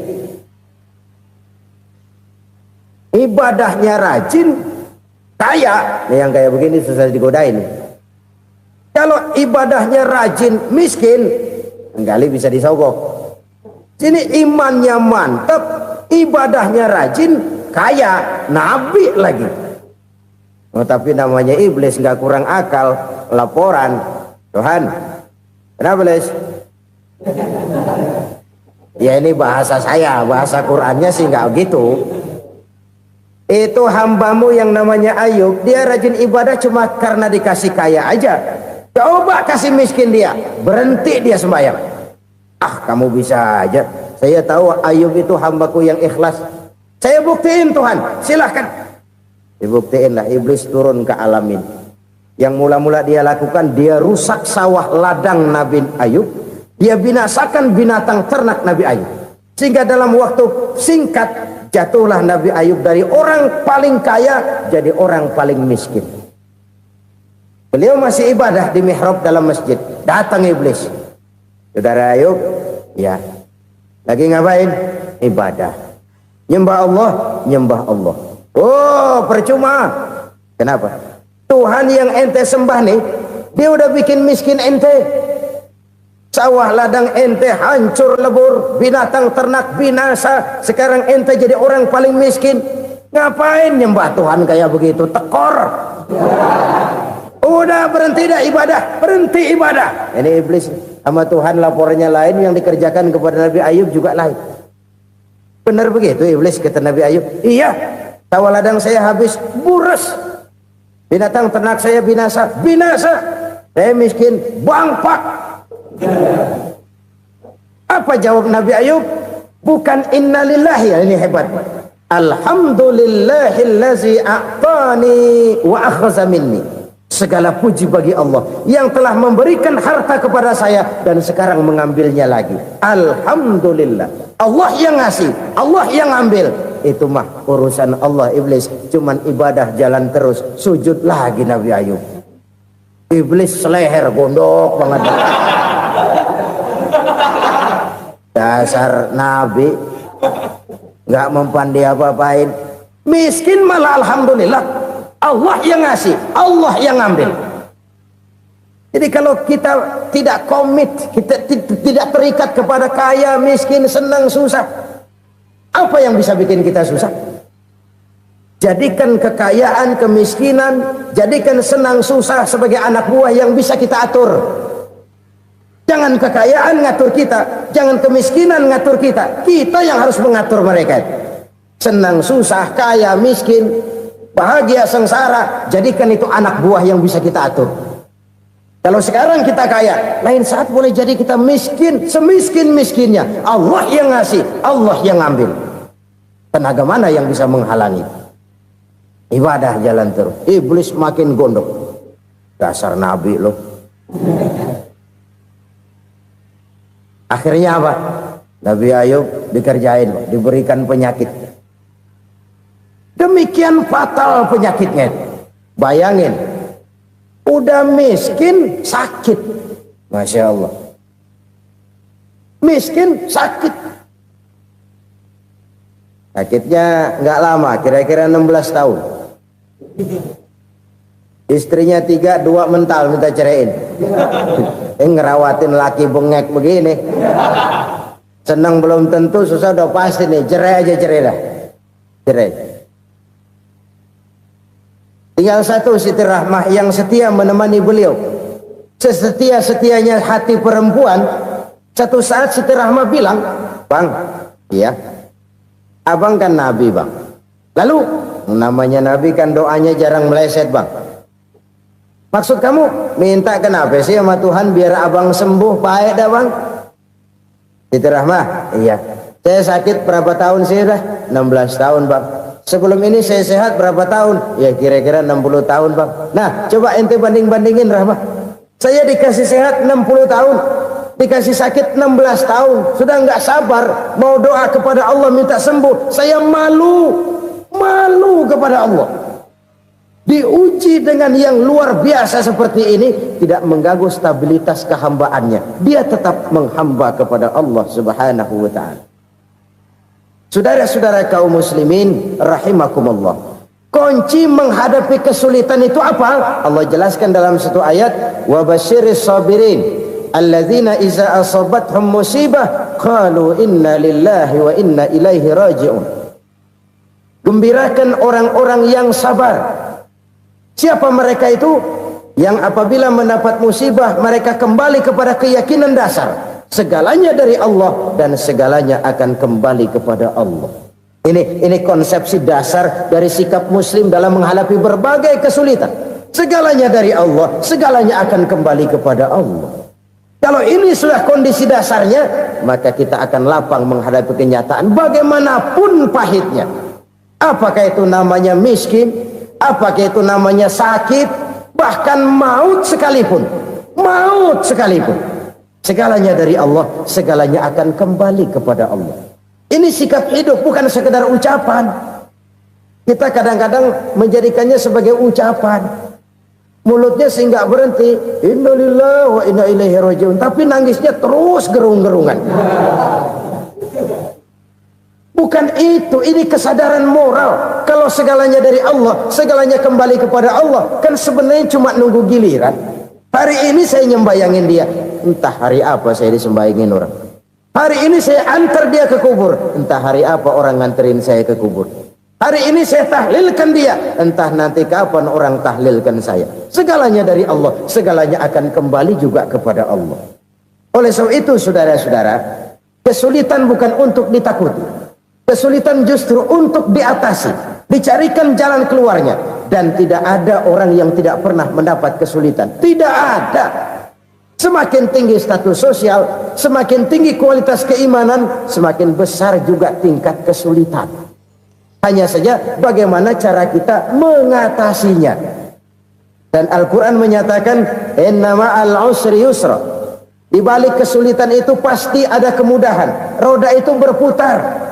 Karena itu Rasulullah sallallahu alaihi wasallam mengingatkan kepada kita, ta'arraf ilallahi fir raha ya'rifka fis syiddah.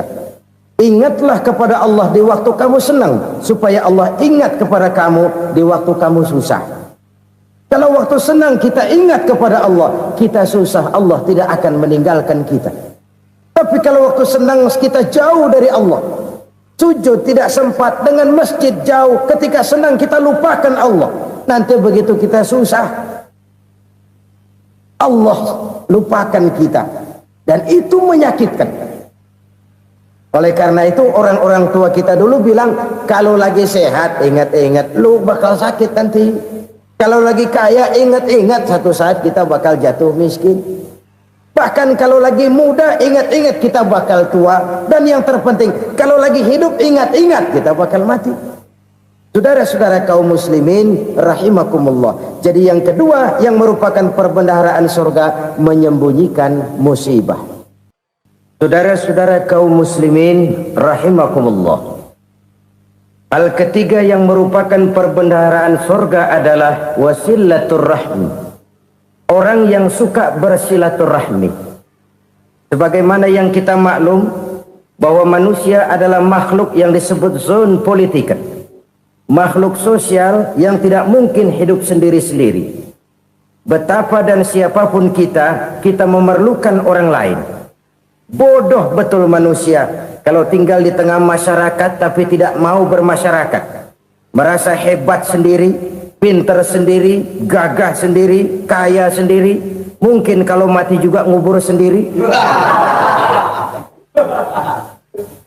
Jangankan kita di sini, di sorga saja Nabi Adam waktu sendirian bengong melulu, ngondar mandir. Allah tegur dam sepi dam. Ya ini kalau bahasa saya. Iya Tuhan sepi ini nggak ada coret-coretan pisan ini. Diciptakan Siti Hawa, baru anteng Nabi Adam. Itu di surga. Cobalah. Umpamanya saudara tinggal di Jakarta nih. Kayak bener. Apaan aja di Jakarta punya saudara dah. Jembatan Semanggi ambil. Monas, Buntel bawa pulang. Hotel-hotel ambil semua. Cuman tinggal di Jakarta sendirian, apa enaknya? Betapa dan siapapun kita perlu orang lain. Tidak ada seorang pun yang bisa memenuhi kebutuhan hidupnya secara sendiri-sendiri. Nah, Islam telah menyelamatkan manusia dari ras diskriminasi, mengikat manusia dengan persaudaraan yang berlandaskan kepada akidah. Karena itu dianjurkan bersilaturahmi. Bahkan Nabi menyatakan, man arada ayyubsata lahu fi rizqihi wa yunsa'a fi atharihi falyasil rahimah. Siapa yang kepengen diluaskan rezekinya dan dipanjangkan usianya, banyaklah ia bersilaturahmi. Siapa yang kepengen dimudahkan rezekinya, hendaknya ia banyak bersilaturahmi. Kalau banyak teman, kesulitan kan paling tidak ada tempat cerita. Udah susah sendirian, kita pikirin diri, nggak ada tempat tukar pikiran. Cepet banget sama bengek. Dilawan sendiri.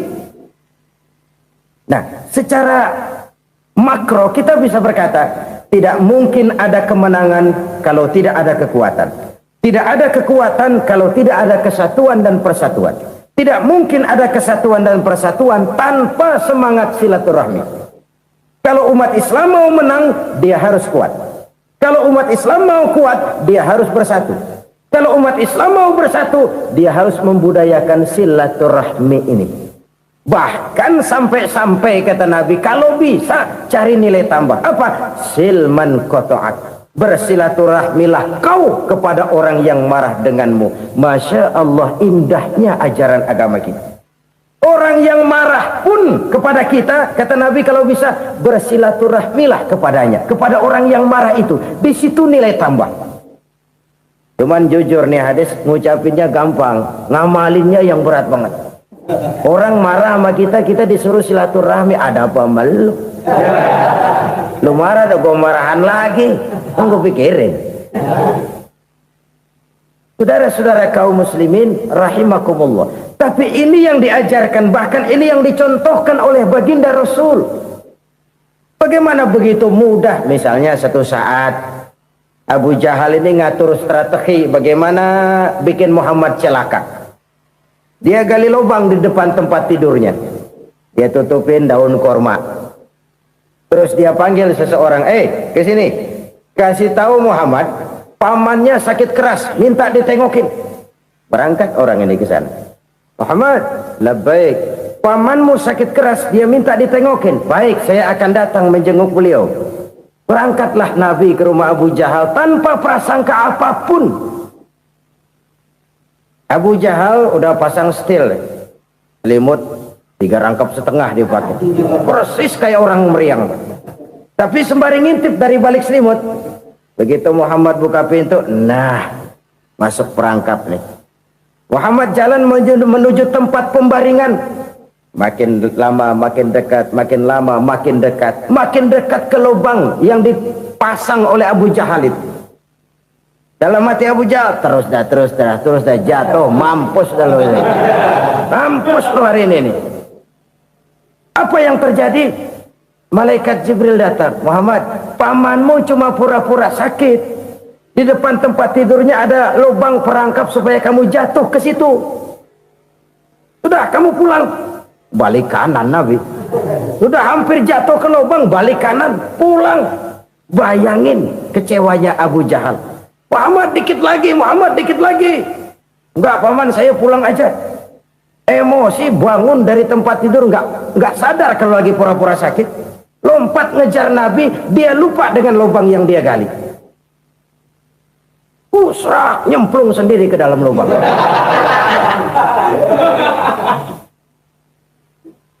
Nabi terus berlalu. Ini terjadi keanehan. Jatuh ke lubang yang dia gali itu sebenarnya nggak terlalu dalam ya, antara 3-4 meteran lah. Tolong saya jatuh ke lubang ini. Datanglah pelayan-pelayannya itu. Angkat saya dari sini. Oh, yang ngulurin tambang. Satu gulung, belum juga nyampe itu tambang. Kurang, beli lagi ke warung. Sambung, ulur lagi, enggak juga bisa sampai. Wah, ini kerjaan Muhammad ini.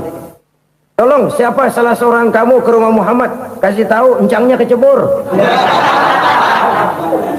Minta ditolongin. Sampaikan kepada Rasul. Kenapa? Pamanmu jatuh ke lubang, Muhammad minta tolong diangkatin. Tambang udah nyambung-nyambung nggak nyampe juga. Ya, nanti saya datang, saya tolong. Coba. Nyata-nyata orang berniat jahat mau mencelakakan dia. Datang dia menolong. Ini yang disebut air tuba dibalas air susu ya ini. Bukan sebaliknya. Air tuba dibalas air susu. Paman, kecebur ya? Iya Muhammad, tolong ini. Pegang tangan saya. Nabi ulurkan tangannya, nyampe. Dipegang oleh Abu Jahal, diangkat ke atas. Sampai atas, apa kata Abu Jahal? Sihirmu memang hebat Muhammad. Udah ditolongin dikata sihir. Yang enak kita kemplang kan itu orang begitu. Urusan apa? Tapi inilah akhlak. Kalau bisa kamu bersilaturahmilah dengan orang yang marah kepadamu sekalipun. Orang marah kita tetap baik. So, kalau kita berbuat baik sama orang yang memang baik, rasanya sih biasa-biasa aja. Orang baik kita baik lagi, ya draw aja, belum ada nilai tambah di situ. Baru ada nilai tambah kalau kita bisa berbuat baik kepada orang yang nyakitin kita. Itu namanya kita setingkat di atas dia. Dia sakitin kita, kita berbuat baik sama dia. Dia pelit sama kita, kita baik sama dia. Dia marahin kita, kita deketin dia. Di situ kita punya nilai tambah. Jadi siapa yang ingin diluaskan rezekinya kata Nabi dan dipanjangkan umurnya, hendaklah ia banyak-banyak bersilaturahmi. Sederhana sebenarnya silaturahmi. Tapi silaturahmi membangkitkan semangat kesatuan dan persatuan. Kesatuan dan persatuan melahirkan kekuatan. Dalam matematika, 1 ditambah 1 pasti 2. Tapi di tengah masyarakat, 1 orang takut ditambah 1 orang takut, hasilnya jadi 2 orang setengah berani. Kenapa setengah berani? Karena udah berdua. Tadi pan takut sendirian. Kalau dia kumpul turu-turu takutlah jadi berani. Kita yang lemah, kita yang tidak berdaya, kita yang miskin, kalau mau kompak bersatu, apa yang nggak bisa kita kerjain? Apalagi tinggal di kota besar, pilihan cuma 2, bertahan atau minggir. Bertahan atau minggir. Untuk bisa bertahan harus mampu bersaing. Untuk mampu bersaing harus punya keahlian. Keahlian harus ditunjang dengan pendidikan. Ditambah oleh kekompakan sebagai umat. Udah miskin mencar mulu, orang injak kita. Orang nggak pandang urusan apa yang malu. Oleh karena itu silaturahmi pada hakikatnya merupakan ruh dari ukhuwah yang diajarkan oleh agama kita. Bagaimana Islam menyelamatkan masyarakat manusia dari ras diskriminasi, mengikat manusia, dan tidak ada persaudaraan yang lebih indah selain persaudaraan yang diikat dengan nilai-nilai akidah. Sepanjang orang di jalan Allah, itulah saudara kita. Keluar dia dari jalan Allah, selesailah persaudaraan sampai di situ. Karena itu, kalau ingin menyimpan sesuatu di surga, banyaklah bersilaturahmi. Datang ke rumah ini, datang ke rumah itu, dan lain sebagainya. Itu simpanan kita di akhirat nanti. Ini yang ketiga. Saudara-saudara, yang keempat, perbendaharaan surga itu apa?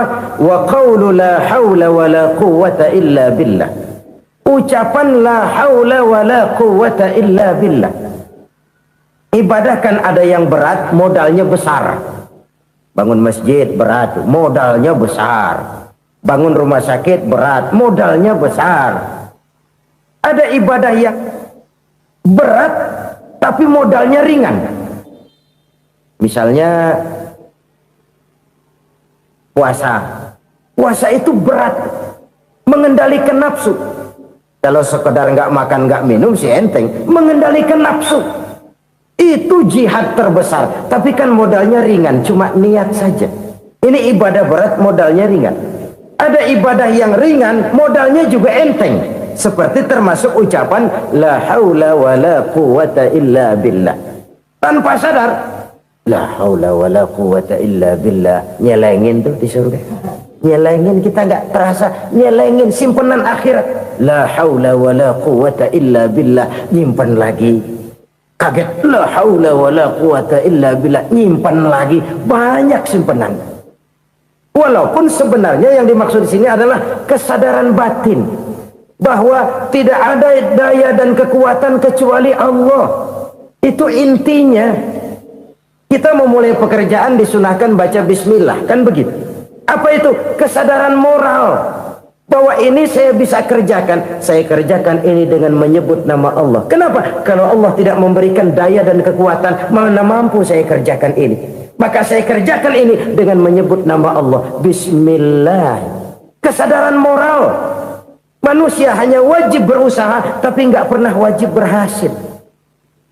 Banyak hal-hal yang kalau kita renungkan secara rasio nggak mungkin, tapi jadi kenyataan. La haula wala quwata illa billah. Tidak ada daya dan kekuatan kecuali bagi Allah semata-mata. Kesadaran moral akan kelemahan dan keterbatasan makhluk bernama manusia. Kadang kita kagum dengan otak, tapi kita sering lupa sama yang bikin otak. Padahal bagaimanapun hebatnya otak, yang bikin otak pasti lebih hebat dari otak. Nggak percaya, silahkan otak-otakan. Inilah kecenderungan. Kita kagum dengan pesawat-pesawat mutakhir, bukan main besi gede banget terbang itu.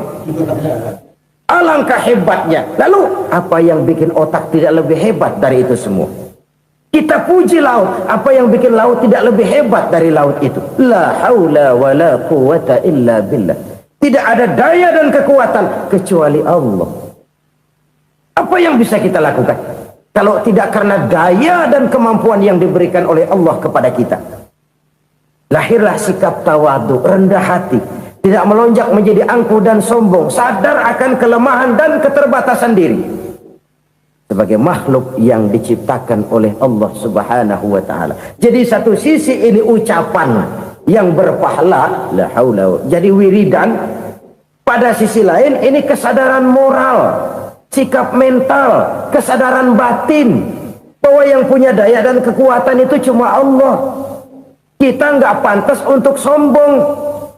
Sebab sombong itu pakaiannya Allah. Kita nggak sedang pakai pakaian Allah, kegedean. Dan makin kita renungi, makin terbentur. Apa sih yang bisa kita sombongin? Kita mau sombong apa? Kaya? Pintar? Itu kan semua relatif.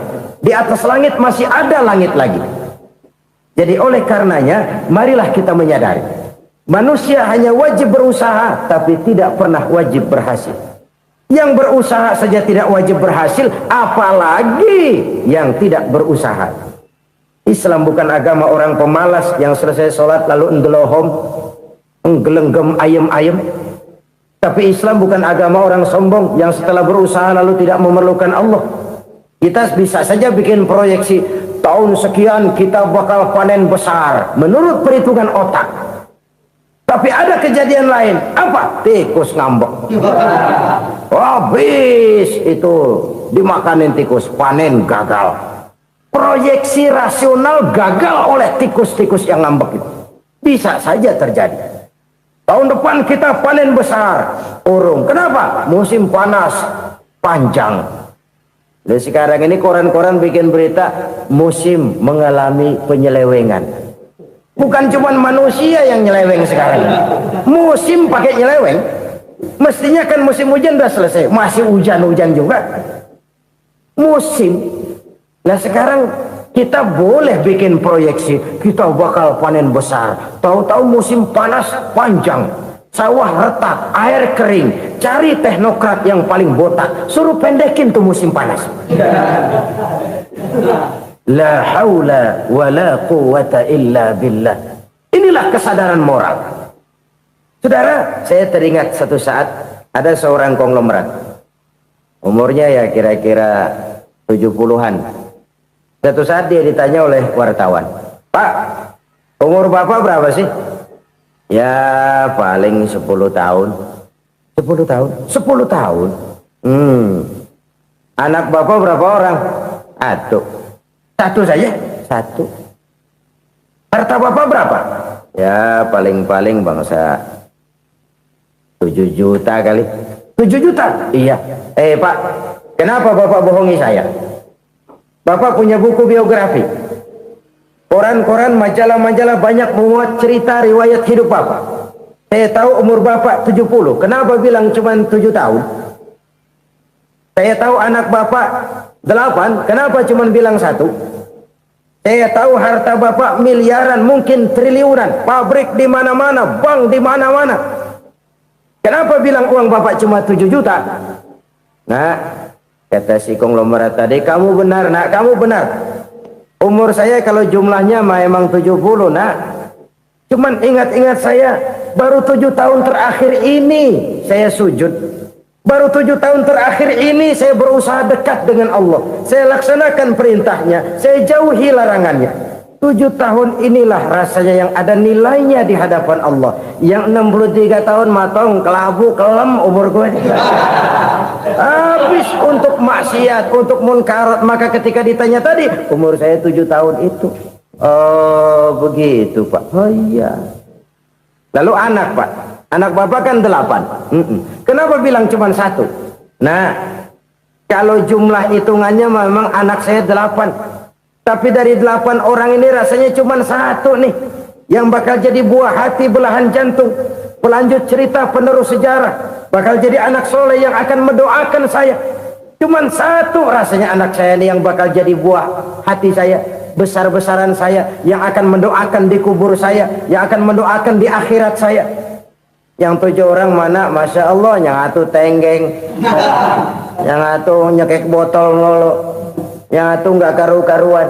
Makanya saya bilang 1 anak saya yang akan bisa mendoakan saya. Oh begitu Pak. Iya. Nah, harta Pak, harta Bapak kan triliunan, pabrik Bapak di mana-mana, uang Bapak hampir di tiap bank-bank besar. Kenapa bilang cuma 7 juta? Betul kau Nak. Harta saya kalau jumlahnya memang miliaran, triliunan mungkin. Tapi yang saya ingat baru 7 juta tuh yang saya belanjakan di jalan Allah. Saya nyumbang masjid, saya santuni yatim piatu, saya bantu pembangunan pesantren, saya bantu pembangunan rumah sakit Islam. Itu yang akan saya bawa pulang ke akhirat, yang 7 juta itu. Yang triliunan itu nanti akan diperebutkan oleh anak-anak saya sebagai waris saya. Jadi harta saya 7 juta itu yang bakal nemenin saya di akhirat, yang akan saya bawa pulang jadi teman saya. Saudara-saudara kaum muslimin, jangan-jangan orang tua itu adalah kita-kita ini. Jangan-jangan kita-kita ini adalah orang tua itu. Jangan-jangan itu potret dari diri kita masing-masing. Dari sekian umur yang diberikan Allah, berapa tahun yang ada nilainya di hadapan Allah? Dari sekian anak-anak yang merupakan amanah, berapa yang akan mendoakan kita sebagai orang tuanya menjadi anak soleh? Dari sekian banyak harta yang diberikan Allah, berapa yang akan kita bawa pulang menghadapnya nanti, yang kita belanjakan di jalan Allah? Ini sebuah potret kehidupan. Karena itu kita kembali kepada la haula wa la quwwata illa billah. Kita wajib berusaha, kita wajib berikhtiar. Selebihnya segala daya dan kekuatan hanya milik Allah saja semata-mata. Satu kesadaran batin dari setiap pribadi muslim. Setelah ia berusaha dan berikhtiar, ia menyerahkannya kepada Allah Subhanahu wa ta'ala. Jadi satu sisi ini merupakan wiridan ucapan yang mengandung pahala, pada sisi lain ini merupakan sikap batin dari seorang muslim di dalam ia menghadapi realitas kehidupan ini. Saudara-saudara kaum muslimin rahimakumullah, kalau ini kita jadikan satu basis kehidupan, maka ini akan menyelamatkan manusia dari kemungkinan tergelincir menjadi orang yang lupa diri dan lupa darat. Sebab itu Imamul Ghazali berpesan, jadidis safinah fa innal bahra amiq, wa khuziz zad fa inna safara ba'id, wa khaffifil hamla fa innal hamla sadid. Perbarui selalu kapalmu karena lautan sangat dalam. Bawa bekal yang banyak karena perjalanan ini sangat jauh. Ringankan beban karena kebanyakan beban akan menyakitkan. Alangkah indah kalimat ini, alangkah dalam makna yang terkandung di sana. Perbarui selalu kapalmu karena lautan sangat dalam. Apa artinya ini? Jaga mentalmu baik-baik. Pelihara imanmu baik-baik karena hidup penuh cobaan seperti lautan. Kita kalau berlayar di lautan kan kadang-kadang tenang, angin bertiup sepoi-sepoi basah. Jika malam datang, bintang gemintang bertabur menghias cakrawala. Rembulan memantulkan sinarnya dengan indah. Dalam keadaan begitu berlayar enak. Tapi lain saat ombak menggunung, halilintar menyambar, angin topan bertiup. Berapa banyak sudah saudara-saudara kita yang tenggelam di lautan dunia tanpa sadar bahwa dia belum sampai kepada pantai yang akan dituju. Berapa banyak sudah saudara-saudara kita yang tenggelam di lautan dunia ini tanpa sempat bangkit lagi. Dia menyangka sudah sampai kepada tujuannya. Hati-hati kapal jangan sampai bocor karena lautan sangat dalam. Iman ini jaga baik-baik karena hidup penuh dengan ujian. Wa khuzizat fa inna safara ba'id. Bawa bekal yang banyak karena perjalanan sangat jauh. Saudara mau ke Bandung, bawa duit. Saudara mau ke Surabaya, banyakan lagi duitnya. Saudara mau ke Mekah, gepokan, iketan tuh duit nggak lembaran lagi. Makin jauh perjalanan, makin banyak bekal yang harus kita bawa.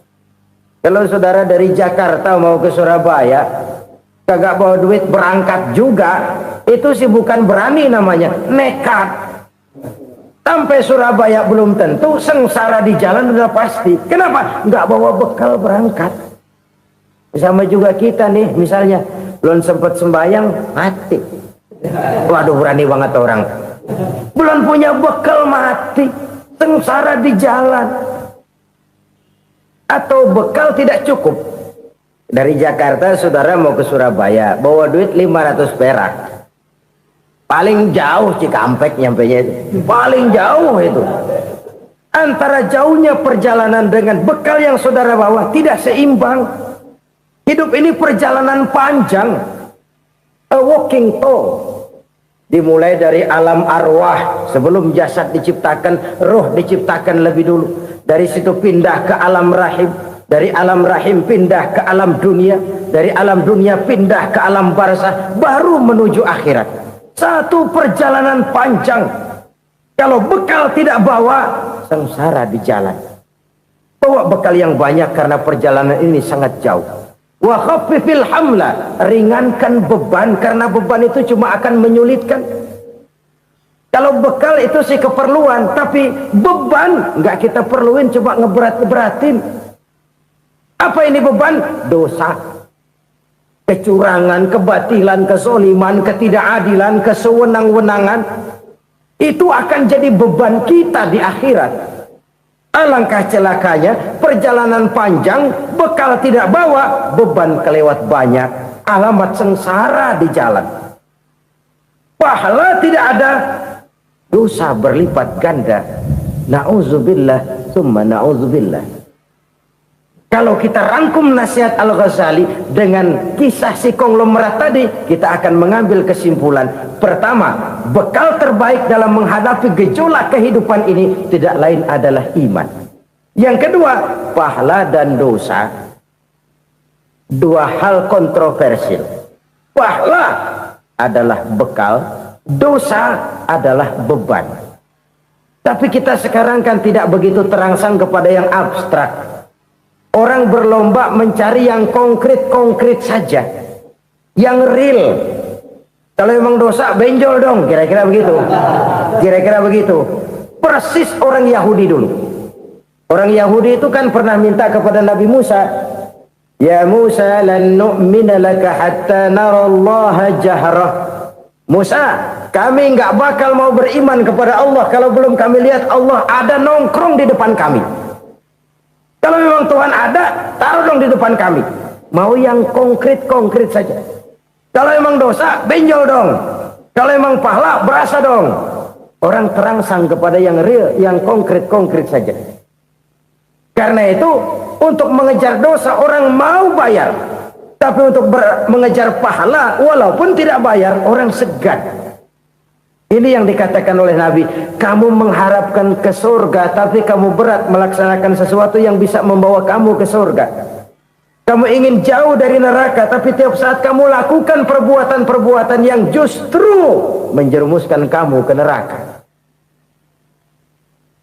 Idda'aitum an-najata minan nar wa ramaitum fiha anfusakum. Kamu ingin selamat dari neraka, tapi kamu lemparkan diri kamu ke neraka. Kamu ingin masuk surga, tapi berat sekali kamu melakukan perbuatan-perbuatan yang bisa menyampaikan kamu di surga. Saudara-saudara kaum muslimin rahimakumullah. Jadi hal keempat yang merupakan perbendaharaan surga adalah la haula wa la quwwata illa billah. Satu sisi ini merupakan ucapan yang memperberat timbangan akhirat. Pada sisi lain ini merupakan sikap hidup seorang muslim. Kesadaran batin yang sangat dalam bahwa tidak ada daya dan kekuatan kecuali Allah. Dan itu kita simbolkan pada saat memulai pekerjaan dengan Bismillah. Dengan menyebut nama Allah. Satu kesadaran moral. Saya hanya bisa melakukan ini karena diberikan daya dan kekuatan oleh Allah.